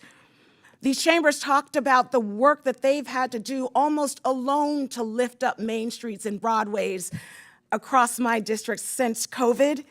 None of them talked about over-regulation as a challenge. So in fact, 3 out of 4 small businesses want government to do more, to come in, to chip in, to answer the phone, to follow up on the website inquiry. But no, we're shutting offices. No, we're firing staff. No, we're taking on hundreds of thousands of student loans. So I ask us, what are we really here doing? What are we really talking about? If we really cared about small business, we would be having a very different conversation. I'm curious to the witness, the Democratic witness. Thank you, sir, for coming today. I know one of the issues that many of us in the United States Congress are struggling with is with the shattering of the CFPB. The work that that organization did, this federal agency did, was to protect not just elderly people fighting scams, but the small business owner. And I know the CFPB worked in conjunction with the SBA. I'm curious, how would you, in this moment, sir, explain how the regulations preventing medical debt, for instance, from being reported on credit score reports might help a small business? Well, Congresswoman, as everyone at this table can attest, your personal credit is absolutely essential, especially when you're starting a small business and for many years of growing a small business. So medical debt that reduces your credit rating, inability to get loans because of your credit situation, that absolutely impacts business. And there's a real intersection, especially with smaller businesses and a lot of the new businesses that have been started, self-employed businesses where personal and business debt are essentially the same thing. The only regulation, the only provision of the Dodd-Frank that related directly to small business was the 1071, which was simply track where you're making the loan. So we know, so we get information, so we can do a better job, so the industry can do a better job targeting people and making sure there's a broader range of credits available. So the CFPB was actually beneficial to small business, both in terms of 1071 and in terms of helping entrepreneurs avoid scams and be able to improve their credit. Thank you. You just made my point that we're making work harder for small business owners. We're making their lives less equitable in this moment, and I want to thank you, all of you all, for being here today. Thank you. Gentlelady yields back. Now recognize Mr. Bresnahan from the great state of Pennsylvania for 5 minutes. Thank you, Chairman Williams, for holding today's hearings. As many of our witnesses pointed out today, the last 4 years have been brutal for our small businesses. From COVID shutdowns and supply chain issues to runaway inflation, and we will focus on today an overburdensome regulatory environment. Many of our small businesses were crushed by this wave and did not survive. Many of those that did survive only did so by the skin on their teeth. We must begin now to get back to our small businesses and entrepreneurs who are disproportionately affected by this mountain of regulation. The current state of regulation in America is an opportunity cost. Just a few months ago, I was in the same situation as our witnesses, balancing my company's budget and being forced to make tough decisions that affected the future of my company. I could give a laundry list of what I wished I could do with the profits, but too often I was forced to divert funds and working hours towards compliance of the complex and often unnecessary network of regulations. Large corporations can survive this. Another fee to a lawyer or hiring an additional compliance officer or even a government affairs team won't make a dent on their income statement. To our small businesses, however, the legal fees and fines from regulations are make or break costs. I look forward to working with our small businesses, this committee, and the administration to cut the red tape holding back economic growth in America. Now, I'd like to ask a few questions to the panel. Mr. Johnson, I'm sure if your business is anything like mine, taking a day to come to Washington, D.C. here to testify means a lot. So I do appreciate you coming here to hear firsthand what it's like for small businesses to go through. But I was a heavy highway electrical contractor in my past life. We had about 350 pieces of equipment on the road. Are there any specific regulatory challenges that you would hope to see ease through this administration? Just the EPA mandates. The ones that we have are not working. I'm sure that there's better solutions than what we had. What we have isn't working. That's our biggest hurdle, I believe. What was it like? I mean, what was it, 2008, when the dry DPF took into a place? I know we ran a bunch of Ford F-550 bucket trucks with the old 7.3 inside of them, and I mean, constantly we were dealing with the DPF filter and needing to go into the D-rate situation. Has the compliance, or at least the wet DPF, have been any more beneficial or easier to run? No, very troublesome. Repair bills all the time, trucks down all the time. I had one of my constituents in northern Minnesota had 21 trucks in the logging industry, and he said he needed 21 to keep 15 on the road every day, just because of the sensors in the cold weather, and these things don't work. One size fits all doesn't work in our industry. I appreciate that, and echo your comments and concerns. And actually, the city of Philadelphia implemented a diesel particulate filter requirement for anything over 50 horsepower, where you would have to go to a Tier 4 diesel, and if you can even acquire or procure that specific piece of equipment, it was hard to come by, specifically during the COVID era. How have the regulations affected your business's ability to compete with larger firms? Well, we don't have a lot of DEF trucks, only a few. I think we're all on the same level. They're suffering just as much as we are. The big companies still have the same problems. It's still the same trucks. It's still the same issues. It's still the same repair bill. It's still the same employee that goes home that day without work. I'll redirect my questions to Mr. Montalban. I recently had the EPA Administrator, Lee Elden, in my district to talk about the energy demands needed to grow our manufacturing base and economy. How has the Biden administration's regulations held back our energy industry, and what can Congress do to unleash our domestic energy production to meet the demands of the 21st century economy? And the reason I ask that is I'm from northeastern Pennsylvania. Wayne County, by some estimates, has $900 million worth of natural gas under our own feet, and with the explosion of AI data centers, we are constantly looking for increase energy production, specifically for electricity. But can you point to one regulation that totally crippled our ability to produce domestically? Thank you, Congressman. That's very easy. The methane rules, and how the methane rules, both Subpart W and the Quad B and Quad C, brought us into the regulations to put us out of business. And I would like to touch with the other members of this committee that we are regulated, and we work with the EPA, the Board of Oil and Gas, the Department of Gentleman's time is up. Interior, and so we have many regulatory bodies. Gentleman's time is up. Thank you. I yield back. I now recognize Mr. McIver from the great state of New Jersey for 5 minutes. Thank you, Chairman, and to my ranking member Velasquez for having this hearing, and thank you to our witnesses for joining us today. At a time when small businesses are driving economic growth, the role of smart, effective regulations has never been more critical. Regulations provide the foundation for fair competition, ensuring that entrepreneurs, no matter their background, have a real chance to succeed. Strong regulations protect small businesses from predatory practices, promote access to capital, and create an environment where innovation can thrive.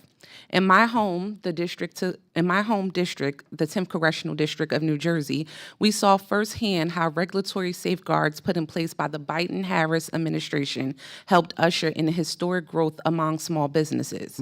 We must continue to ensure that critical protections remain in place to protect small businesses against large corporations, help create jobs, and preserve the American dream for future generations of entrepreneurs. With that being said, I have a few follow-up questions to some of the comments that were made today. Mr. Hughes, specifically, you spent a lot of time talking about the cost on building and how it hasn't increased. Do you think that the cost of building was cheaper before COVID-19? Sure it was. It was cheaper prior, but I don't feel like there was a connection with COVID. that had Oh, any thank you. increase. So basically, it was cheaper to build before COVID-19. You have not mentioned that through all of your talks about some of the elements of the cost of housing. I know in the 10th Congressional District and in New Jersey specifically, we have a shortage of about 200,000 affordable housing units specifically that we are dealing with right now. And many times where I speak to small developers, they talk about the cost, around COVID-19, before COVID-19, and how materials went up in the cost of that. But you have not mentioned that in talking about some of the cost of that, some of the reasons for the cost now, based off the past administration and now. With the new tariffs being introduced, Mr. Hughes, what kind of impact do you see that, especially on steel and lumber? It'll have a huge impact because it involves so many of the materials that we use. Copper, aluminum, steel, lumber. And like I said earlier, we've dealt with tariffs for years. That's nothing new for us. And as has been mentioned, it makes it very unpredictable, hard for us to know where the cost is going. However, but these new tariffs on lumber specifically and steel are based upon this current administration, the Trump administration, not previously. Just want to put that out there on the record. And then secondly, I do want to mention something. You spent a lot of time, and I heard one of my members across the aisle talk about it too, about the waste of some of the standards that we have now and how that drives costs up, which I could understand that. And I think that, different agencies, especially ones that we govern in Congress, should do something more to be able to help small developers in some of these standards, but it doesn't mean that the standards are a waste of time. Specifically, I want to point out for those that may not be aware and just for their own knowledge, the importance of energy standards. One, energy efficiency construction. We need that, especially in our urban cities. Energy savings for renters. I'm sure many families would love to save on energy, especially in my district, who is seeing a cost go up in energy. Enhancing comfort and health, always very important with the new energy standards being introduced. And lastly, reducing the carbon footprint, which is very important. We need eco-friendly housing in our communities, especially in those that I represent in New Jersey. With that, I yield. Lady yields back. I now recognize Mr. Downing from the great state of Montana for 5 minutes. Thank you, Mr. Chair, and thank you to the witnesses. My background, I've built businesses in highly regulated industries. You may say I'm a glutton for punishment. I've done it in securities and insurance and in alcohol. So I've seen how heavy-handed regulation can cause problems, not just in running a business, but also in raising capital. When you're trying to attract capital, if you have a bar that's always changing in the regulatory environment, it's hard to get capital if they don't know where that bar is going to be. You can always plan a business to a bar being someplace. And so I've seen how that, how heavy-handed regulation can stifle growth, stifle investment, stifle job creation, stifle innovation, and how ambiguity in this regulation, causes the problems that I talked about of attracting capital. And end of the day, you want to build a business, you need to somehow, find out how to fund it. Money is what drives so many things, and this regulatory environment can cause problems. I'm particularly excited to be joined here by a fellow Montanan, Mr. Montalban. Thank you for being here. Deeply rooted in Montana's energy sector, and I appreciate that. Thank you for being here today. And I want to talk to you about how the last administration has deeply hampered American energy production, hurting our ability to provide affordable, reliable, resilient power to our communities. I think about that all the time in energy. Reliable, affordable is important to building that American dream. So I want to just, quickly, how did the Biden administration's overbearing environmental regulations make it difficult for Montana oil and gas producers like yourself to operate? Thank you, Congressman Downing. The methane rules with subpart W and Quado B, Quado C bringing us in to testing of all the wells in Montana were critical and very damaging to the small independent. But the biggest one that we're seeing now is the EPA with the underground injection control program and holding up permits in Region 8 in Denver, Colorado. Thank you. Last year, the Biden administration's Bureau of Land Management, BLM, released its final fluid mineral leases and leasing process rule. This rule significantly increased the financial bonding requirements for oil and gas operations in order to cover for the abandonment of wells. again, to Mr. Montalban, how has this rule disproportionately impacted your business and smaller oil and gas operations across our country? Thank you again, Congressman Downing. As we mentioned earlier, a single well bond went from 10,000 to 150,000. A multiple well bond went from 25 to 500,000. We cannot buy surety bonds. You're well aware of that. Right, right. So these are cash bonds. And on the other side of that, we're also well bonded on the EPA, the BLM, the state of Montana side. And so the bottom line is that it's taken away all possibilities of buying and selling transaction on federal lands. Thank you. Do you believe that the BLM under the Biden administration adequately consulted and took into consideration the concerns of the oil and gas producers while drafting this rule? Congressman Downing, indeed, a great question.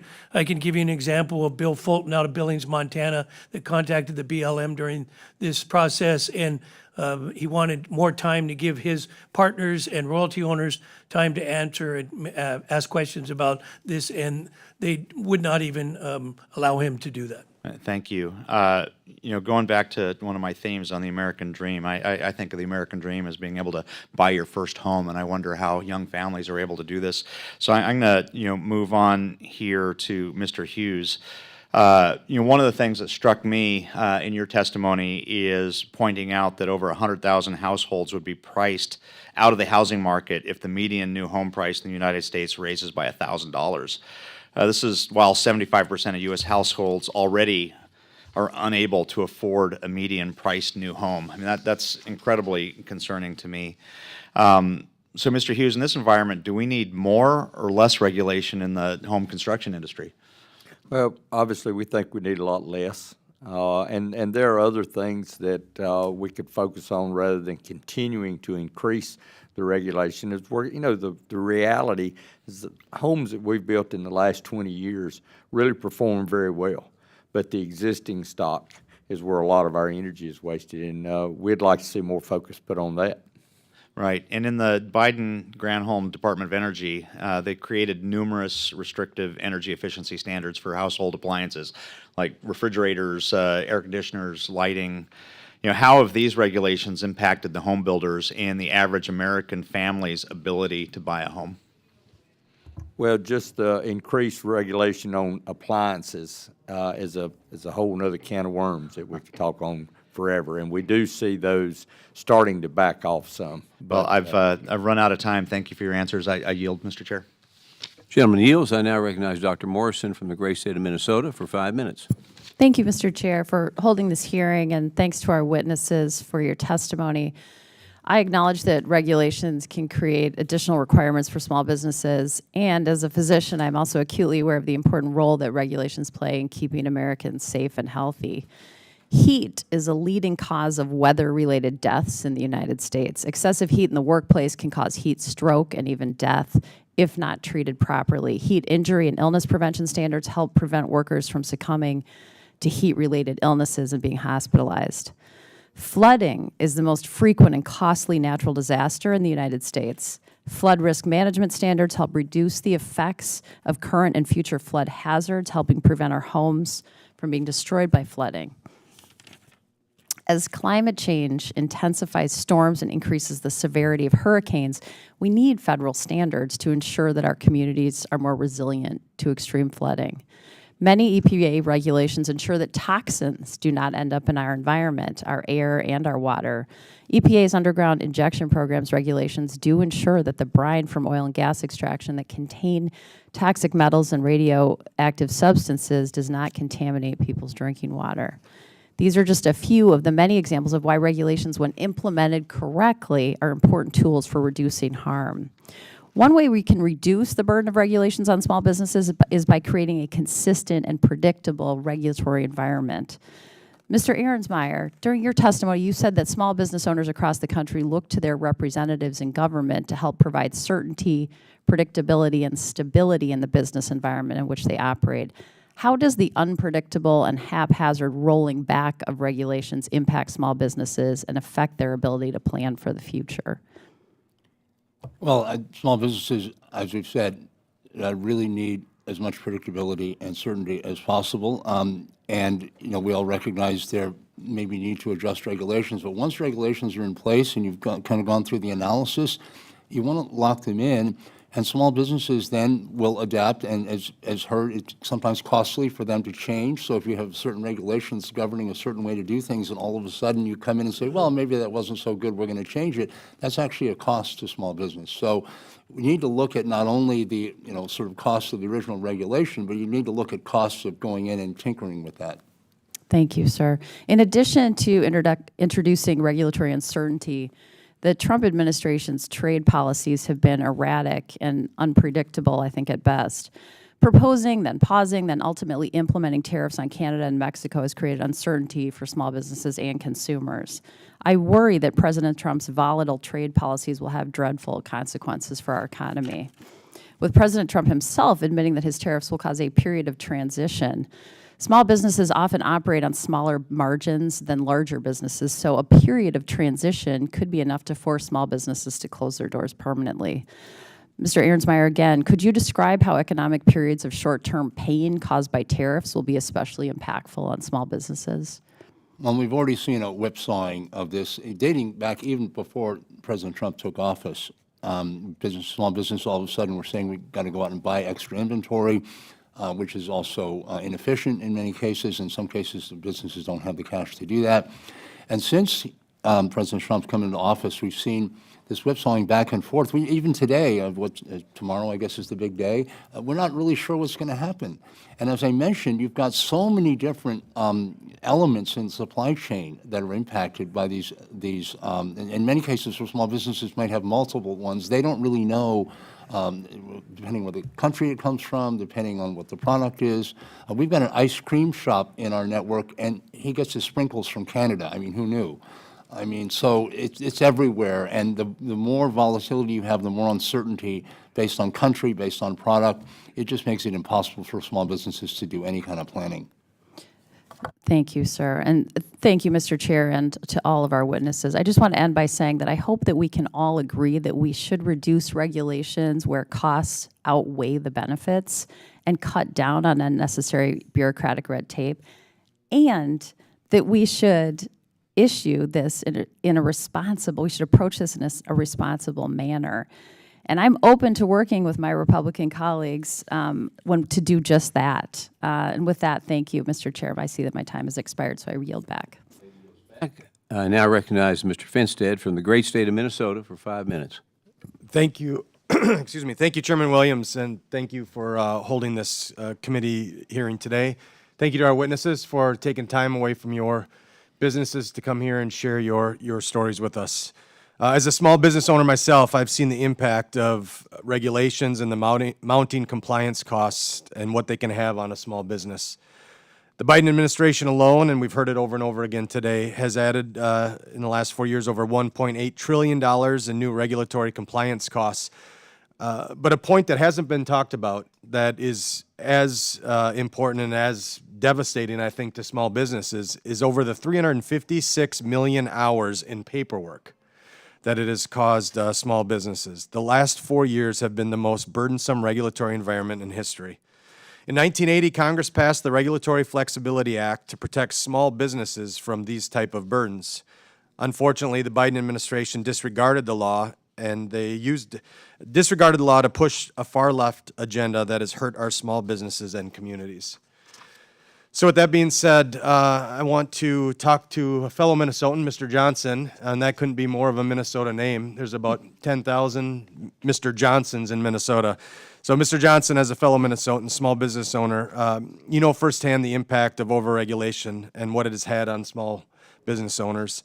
Last year, the House passed my legislation, the Prove It Act, to strengthen the RFA and protect small businesses from these impacts. In part, the Prove It Act would force agencies to consider the true cost of their regulations, force agencies to comply with the RFA, and give small businesses a seat at the table in the regulatory process. If agencies fail to comply with the law, small businesses would be exempt from that regulation. Do you think, Mr. Johnson, that federal agencies should be required to comply with existing law that requires them to limit their impact on small businesses? Yes, agencies are not lawmakers. they need to be held accountable for when they disregard protections for the small businesses that have been enacted by Congress and signed by the President. So you've all talked about different, regulations maybe in general, but there has been some specifics. Mr. Johnson, do you know by name the faceless, maybe nameless bureaucrat that is establishing those rules or regulations that you have to comply with? No, sir, I do not. So come election time, you can't throw them out of office? No, I cannot. Right, okay. In your opinion, do you believe agencies should consider both the direct and indirect costs, like the paperwork hours, that their regulations put on small businesses? Yeah, the true cost of regulations is actually behind the scenes and all the time it takes to comply with it.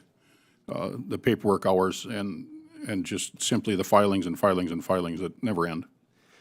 So, Mr. Johnson, as I said earlier, I'm a small business owner myself, and I would assume it's probably similar to you. You don't have a stable full of lawyers, compliance officers, regulatory specialists. You go down the list. All of the above right here. Yeah. So it's safe to say that you are the janitor, the carpenter, the mechanic, the HR professional, the legal advisor, the master time card keeper, all of it. Absolutely. And what I can't do, I have to hire done with compliance companies. You have to have compliance companies to keep you compliant now because of all the rules. Yeah. So lastly, Mr. Johnson, do you think small business owners like yourself should have a larger voice in our nation's regulatory process? Yes, I believe we should be heard, and maybe they should be tailored to meet our needs, not just a one-size-fits-all. Yeah, and that's a good point. And I heard some of my colleagues in the minority that had talked about regulations as a way to level the playing field. And the fact of the matter is, if you're a small mom and pop business, small business America, it isn't leveling the playing field because you are the carpenter, the janitor, the timekeeper, the HR director, the everything, and you don't have the man hours where maybe a large business can take that cost over their bandwidth, and so it does put us as a small business in an unlevel playing field. So I want to just thank you all again for being here. I know this costs time and money and effort. I'm sure some of you woke up this morning making sure your employees were at work, where your trucks were heading today, and I know that's a stressful situation, so I appreciate you taking time. Mr. Chair, I'd also like to submit to the record, into the record, a letter from the Associated Builders and Contractors, a letter of support of the Prove It Act. So moved. Thank you, Mr. Chair, and again, thank you, witnesses, for being here. I yield back. Gentleman yields back. I now recognize Mrs. Sculton from the great state of Michigan for 5 minutes. Thank you, Mr. Chair. Gentlemen, thank you so much for being here. 2 years ago, a groundbreaking story broke out in my district about children, some as young as my two boys, working in factories where foods like the breakfast cereals that many of us eat across America, Lucky Charms and Cheerios, are packaged. These children were handling machinery that could tear their fingers off. The company used a staffing agency to hire workers for this plant, but did not require the agency to verify ages against Social Security numbers. Regulations keep us safe. Regulations protect some of the most vulnerable among us. Regulations protect our children. Regulations themselves are not the enemy, but regulations that are overly burdensome, overly cumbersome, and don't do the work that they set out to do are the problem, and we need to be clear-eyed when we talk about that. Mr. Arensmeyer, how can Congress do a better job of ensuring businesses know the, quote, rules of the road when it comes to regulations that keep workers safe? Well, a couple things. First of all, Congress has an oversight role, and we've heard again that the RFA may not be working all that well. Well, Congress has an opportunity to identify that and to make suggestions. Congress can also make sure there's enough funding to help small businesses, to help support the Office of Ombudsman, the SBA, to make sure small businesses understand and get the support that they need. A lot of the time, some small businesses simply need to know, they need help, they need understanding. So making sure that those resources in place are in place.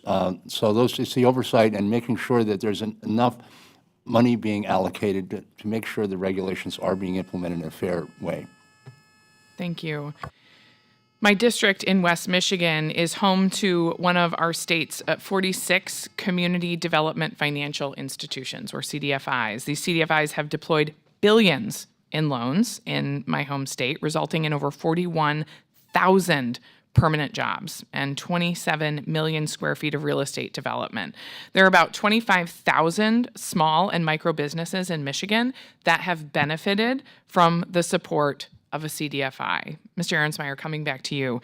Your testimony highlights how the Trump administration's recent executive order to dismantle CDFI funds, which provide funding to CDFIs around the country, would impact small firms.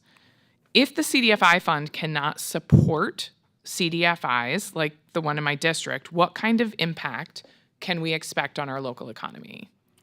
Well, small businesses, the marketplace has frozen out a lot of businesses who don't have the collateral, don't have the credit score of some better off businesses. And so there are government programs that support that. And the CDFI, the CRA, the Community Reinvestment Act, provides for private financial institutions to put money into a system where that's more mission-driven. But the CDFI fund also supports that. And that, again, it's a cut that is directly impacting the most under-resourced businesses. There's no other way to put it. And we're pleased to see that in the Senate, there's actually bipartisan pushback on that, really a pretty strong bipartisan pushback. So hopefully, we're hoping that perhaps the House will also take a look at that, because these are CDFIs that exist in every red, blue, and otherwise district in this country. Thank you. One last comment and question for you. Another thing that regulations can do is provide a stable economic environment, helping people to understand that there are rules of the road to follow. I just came back from hosting 2 in-person town halls in my district last week, hundreds and hundreds of people showing up at each one. My constituents are worried about the myriad of uncertainties coming out of this administration, one of them being the detainment of individuals who are legally working here, detained just because of the color of their skin. They happen to have a tattoo that, God forbid, provokes autism awareness or celebrates their mom and dad. In Michigan, our service and hospitality industries rely heavily on immigrant workers. Mr. Arensmeyer, can you speak to the economic impact these industries will face if they're unable to find and keep the workers that they need? Well, small businesses were already facing huge pressures on workforce coming out of the pandemic, and that has continued. And now that not only have employees rounded up, but the fear of that happening so they don't even come to work has created, it's impacted operations. And again, it gets back to this whole issue of certainty. If you don't know that you got to... Gentlelady's time is up. Yeah. Thank you, Mr. Big impact. Appreciate it. Yield back. Gentlelady yields back, and now recognize Ms. Goodlander from the great state of New Hampshire for 5 minutes. Thank you, Mr. Chairman, and thank you to our witnesses for being here today. I want to pick up where you just left off, sir. You, in your written testimony, pointed out that the National Federation of Independent Business has released last month its uncertainty index, which rose to the second highest reading on record last month. Can you speak to, I've traveled all across New Hampshire. If I had to capture the word that describes how small businesses are feeling across my state, it's uncertain. It's the crippling uncertainty of a trade war with Canada, our neighbor to the north. New Hampshire shares a 58-mile border with Canada. So many of our small businesses rely on that partnership, which has been a model for the world. Can you tell us more? Why do you think we're at record high levels of uncertainty in this country? Well, for all the reasons you stated, the fear of not knowing what's happening with tariffs, the attacks on workforce that small business owners need, the gutting of programs that are vital to small businesses. I mean, and it's coming like a tsunami. I mean, this is not like a little bit here, a little bit there. This is like in the last 2 months, it's just been, just hurtling at small businesses. And they're really, I will tell you, they're really scared. We talk to them every day. They are petrified.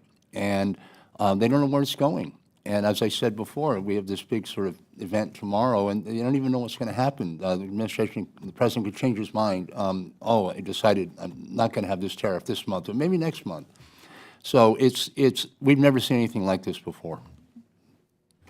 I heard from one of my constituents in Hopkinton, New Hampshire, who wrote to me to say that the threat of a trade war and the tariffs that have been imposed so far are causing customers to cancel projects and suppliers to preemptively raise prices for tariffs that may or may not materialize. Can you talk to us about how consumers are going to feel the pain of a trade war with Canada?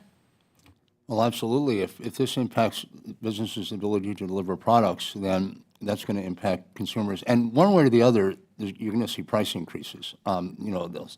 The whole notion that somehow everything we're doing is to bring down inflation is the exact opposite. If you can't get workers, if you're getting huge price hikes and you don't know if you're going to get huge price hikes, and so you're making business decisions that are inefficient, ultimately that's going to be reflected in higher prices as well. So consumers are absolutely going to feel the pain. We've got a housing crisis in New Hampshire, and we've got a real imperative to build tens of thousands more homes in the next 5 years. This is a problem that I've found partnership with people at every level of government in New Hampshire, and it's a problem that I'm really committed to addressing. There was some talk about the median single-family home price in this country. In New Hampshire, it's above $500,000.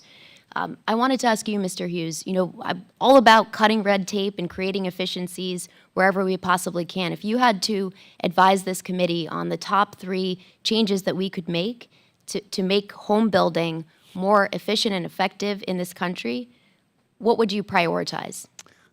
First of all, I'll keep going back to codes, but there's no question the increase in energy codes, or IECC, Energy and Conservation Codes, that was the sharpest increase that we've experienced in years. So we'd like to roll that back, most of all. Has the threat of a trade war with Canada had an impact on home builders in this country? I want to submit, Mr. Chairman, for the record, an article from the Boston Globe this month entitled "Tariffs Could Drive Up New Hampshire Housing Costs Even More, Developers Warn." Your organization is quoted here. Home builders in my state have sounded the alarm on the cost that this trade war is going to exact on home building and on home buyers. So can you please speak to that? Well, sure. Like I mentioned earlier, we've dealt with tariffs for years, and it's going to be another 25% is going to be terrible, just to say the least. But we've had to deal with it for decades because. What would you say is the closest precedent that we should look to? Because as I understand it, we've never seen the threat of this kind of trade war with Canada before. So when you say we've dealt with this before, what should we be looking to? We've just dealt with tariffs on Canadian lumber because and this goes back into the 90s with the first softwood lumber agreement, and it was all over dumping of products from Canada that harmed domestic lumber mills, and so we've been paying those tariffs forever. Now, to get into the particulars or the weeds about what's fair and what's not fair between the two countries, I'm not that expert. But like I say, it's we're very concerned about additional tariffs, but we've been dealing with it for a long time. Thank you. The people of New Hampshire share your concern, and with that, Mr. Chairman, I yield back. Gentlelady yields back. I now recognize Mr. McGarvey from the great state of Kentucky for 5 minutes. Thank you, Mr. Chairman. Appreciate everybody being here today. Look, I'm going to read the headline from the Wall Street Journal and the story written last night on its website. It just says simply, U.S. stocks post worst quarter since 2022 on threat of trade war. In Q1 of 2025, the S&P 500 dropped 5.1%, the NASDAQ fell 10.3%, and the Dow sunk 2.3%. On Sunday of this week, Goldman Sachs predicted that higher tariffs, weak economic growth, and greater than expected inflation would depress the S&P another 5% and just might cause a recession. In fact, they gave that a 1 in 3 chance. It's not just Wall Street feeling this. I think what we know in this committee that Main Street feels this too. Data released last week from the University of Michigan's Consumer Sentiment Index shows Main Street feels it, and that Americans are more worried about their economic well-being than at any time since the pandemic. Concerns about the job market are greater than they have been at any point since 2009. I know this. I spoke to a home builder in Kentucky over the weekend who said they are raising their prices and he feels a recession is coming. This is not a golden age that's being ushered in. And people's anxiety right now doesn't just come from regulations. Go to any small business in any district in America, and I promise you they're going to find regulations and tell you about regulations they don't like and don't make sense. But I think what they'll also tell you is they want certainty. And so what you're seeing right now out of the White House is the opposite of certainty. You're seeing a reckless and rudderless approach to governing, and it's not just putting uncertainty in the regulatory environment, it's putting in every single part of our economy. Of course it is. Every week right now, we're seeing people who work for the president go on TV and say they have no idea whether he's going to follow through on his threats to annex Greenland, impose a 200% tax on Guinness, or get rid of FEMA. If his closest people don't know what he's doing, how do we expect the small business owners in our district to know what's going to happen? So, Mr. Arensmeyer, question for you. What do you think is tougher for small businesses to operate under? Smart, well-crafted policies that agencies take years to write and implement, or the Trump administration's whiplash economic policies that are making everything more expensive, destroying supply chains, and cutting off critical export markets?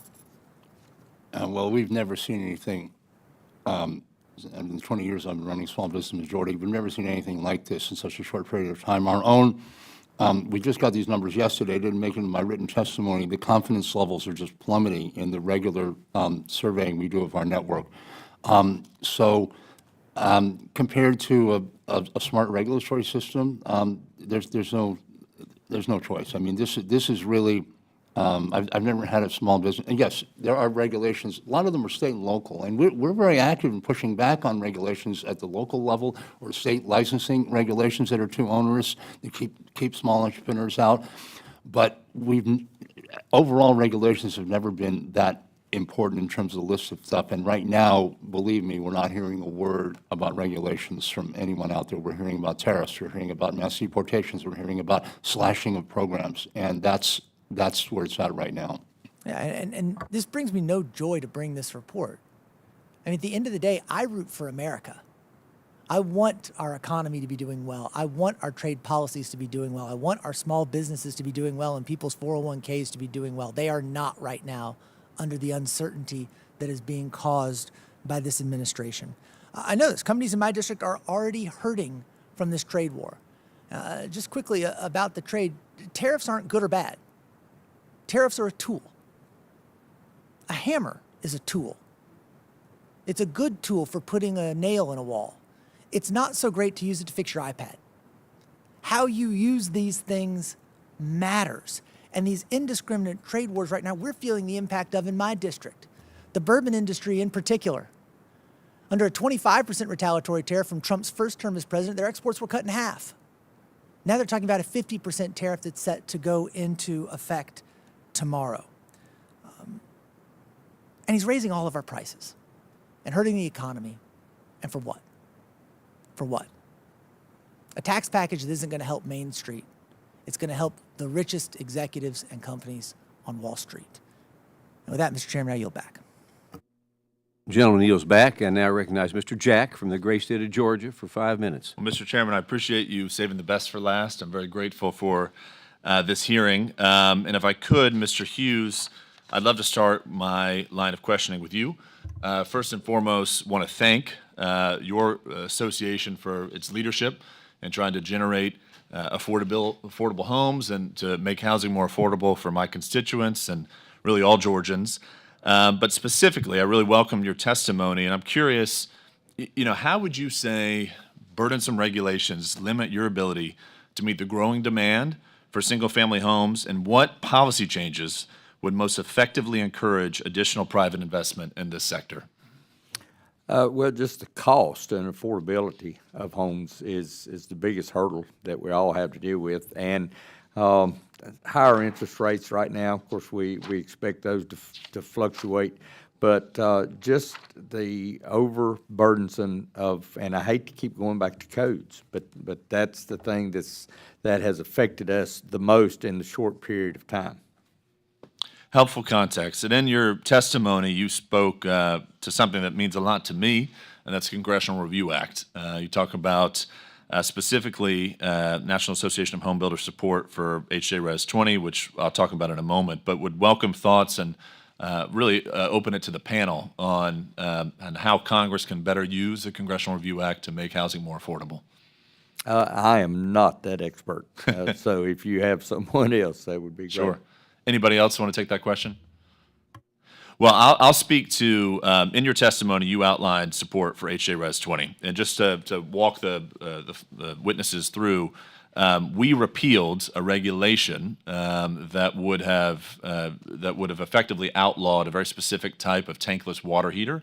It's Renai America Corporation is a company within my congressional district. It's headquartered in my hometown of Peachtree City, and it about 4 years ago opened a state-of-the-art facility in Griffin, Georgia that manufactures what's called a gas-fired instantaneous water heater, non-condensing tankless water heater, but regardless, the tankless water heater. And the Biden administration issued a rule in late December, on December 26th, the day after Christmas, that would have effectively outlawed production of this type of water heater, thus endangering about 500 jobs within my congressional district. And I'm proud to report that the House took action on this in late February. 11 Democrats voted along with House Republicans to overturn this rule. But to me, it's an effective usage of the Congressional Review Act, and I welcome that from your testimony.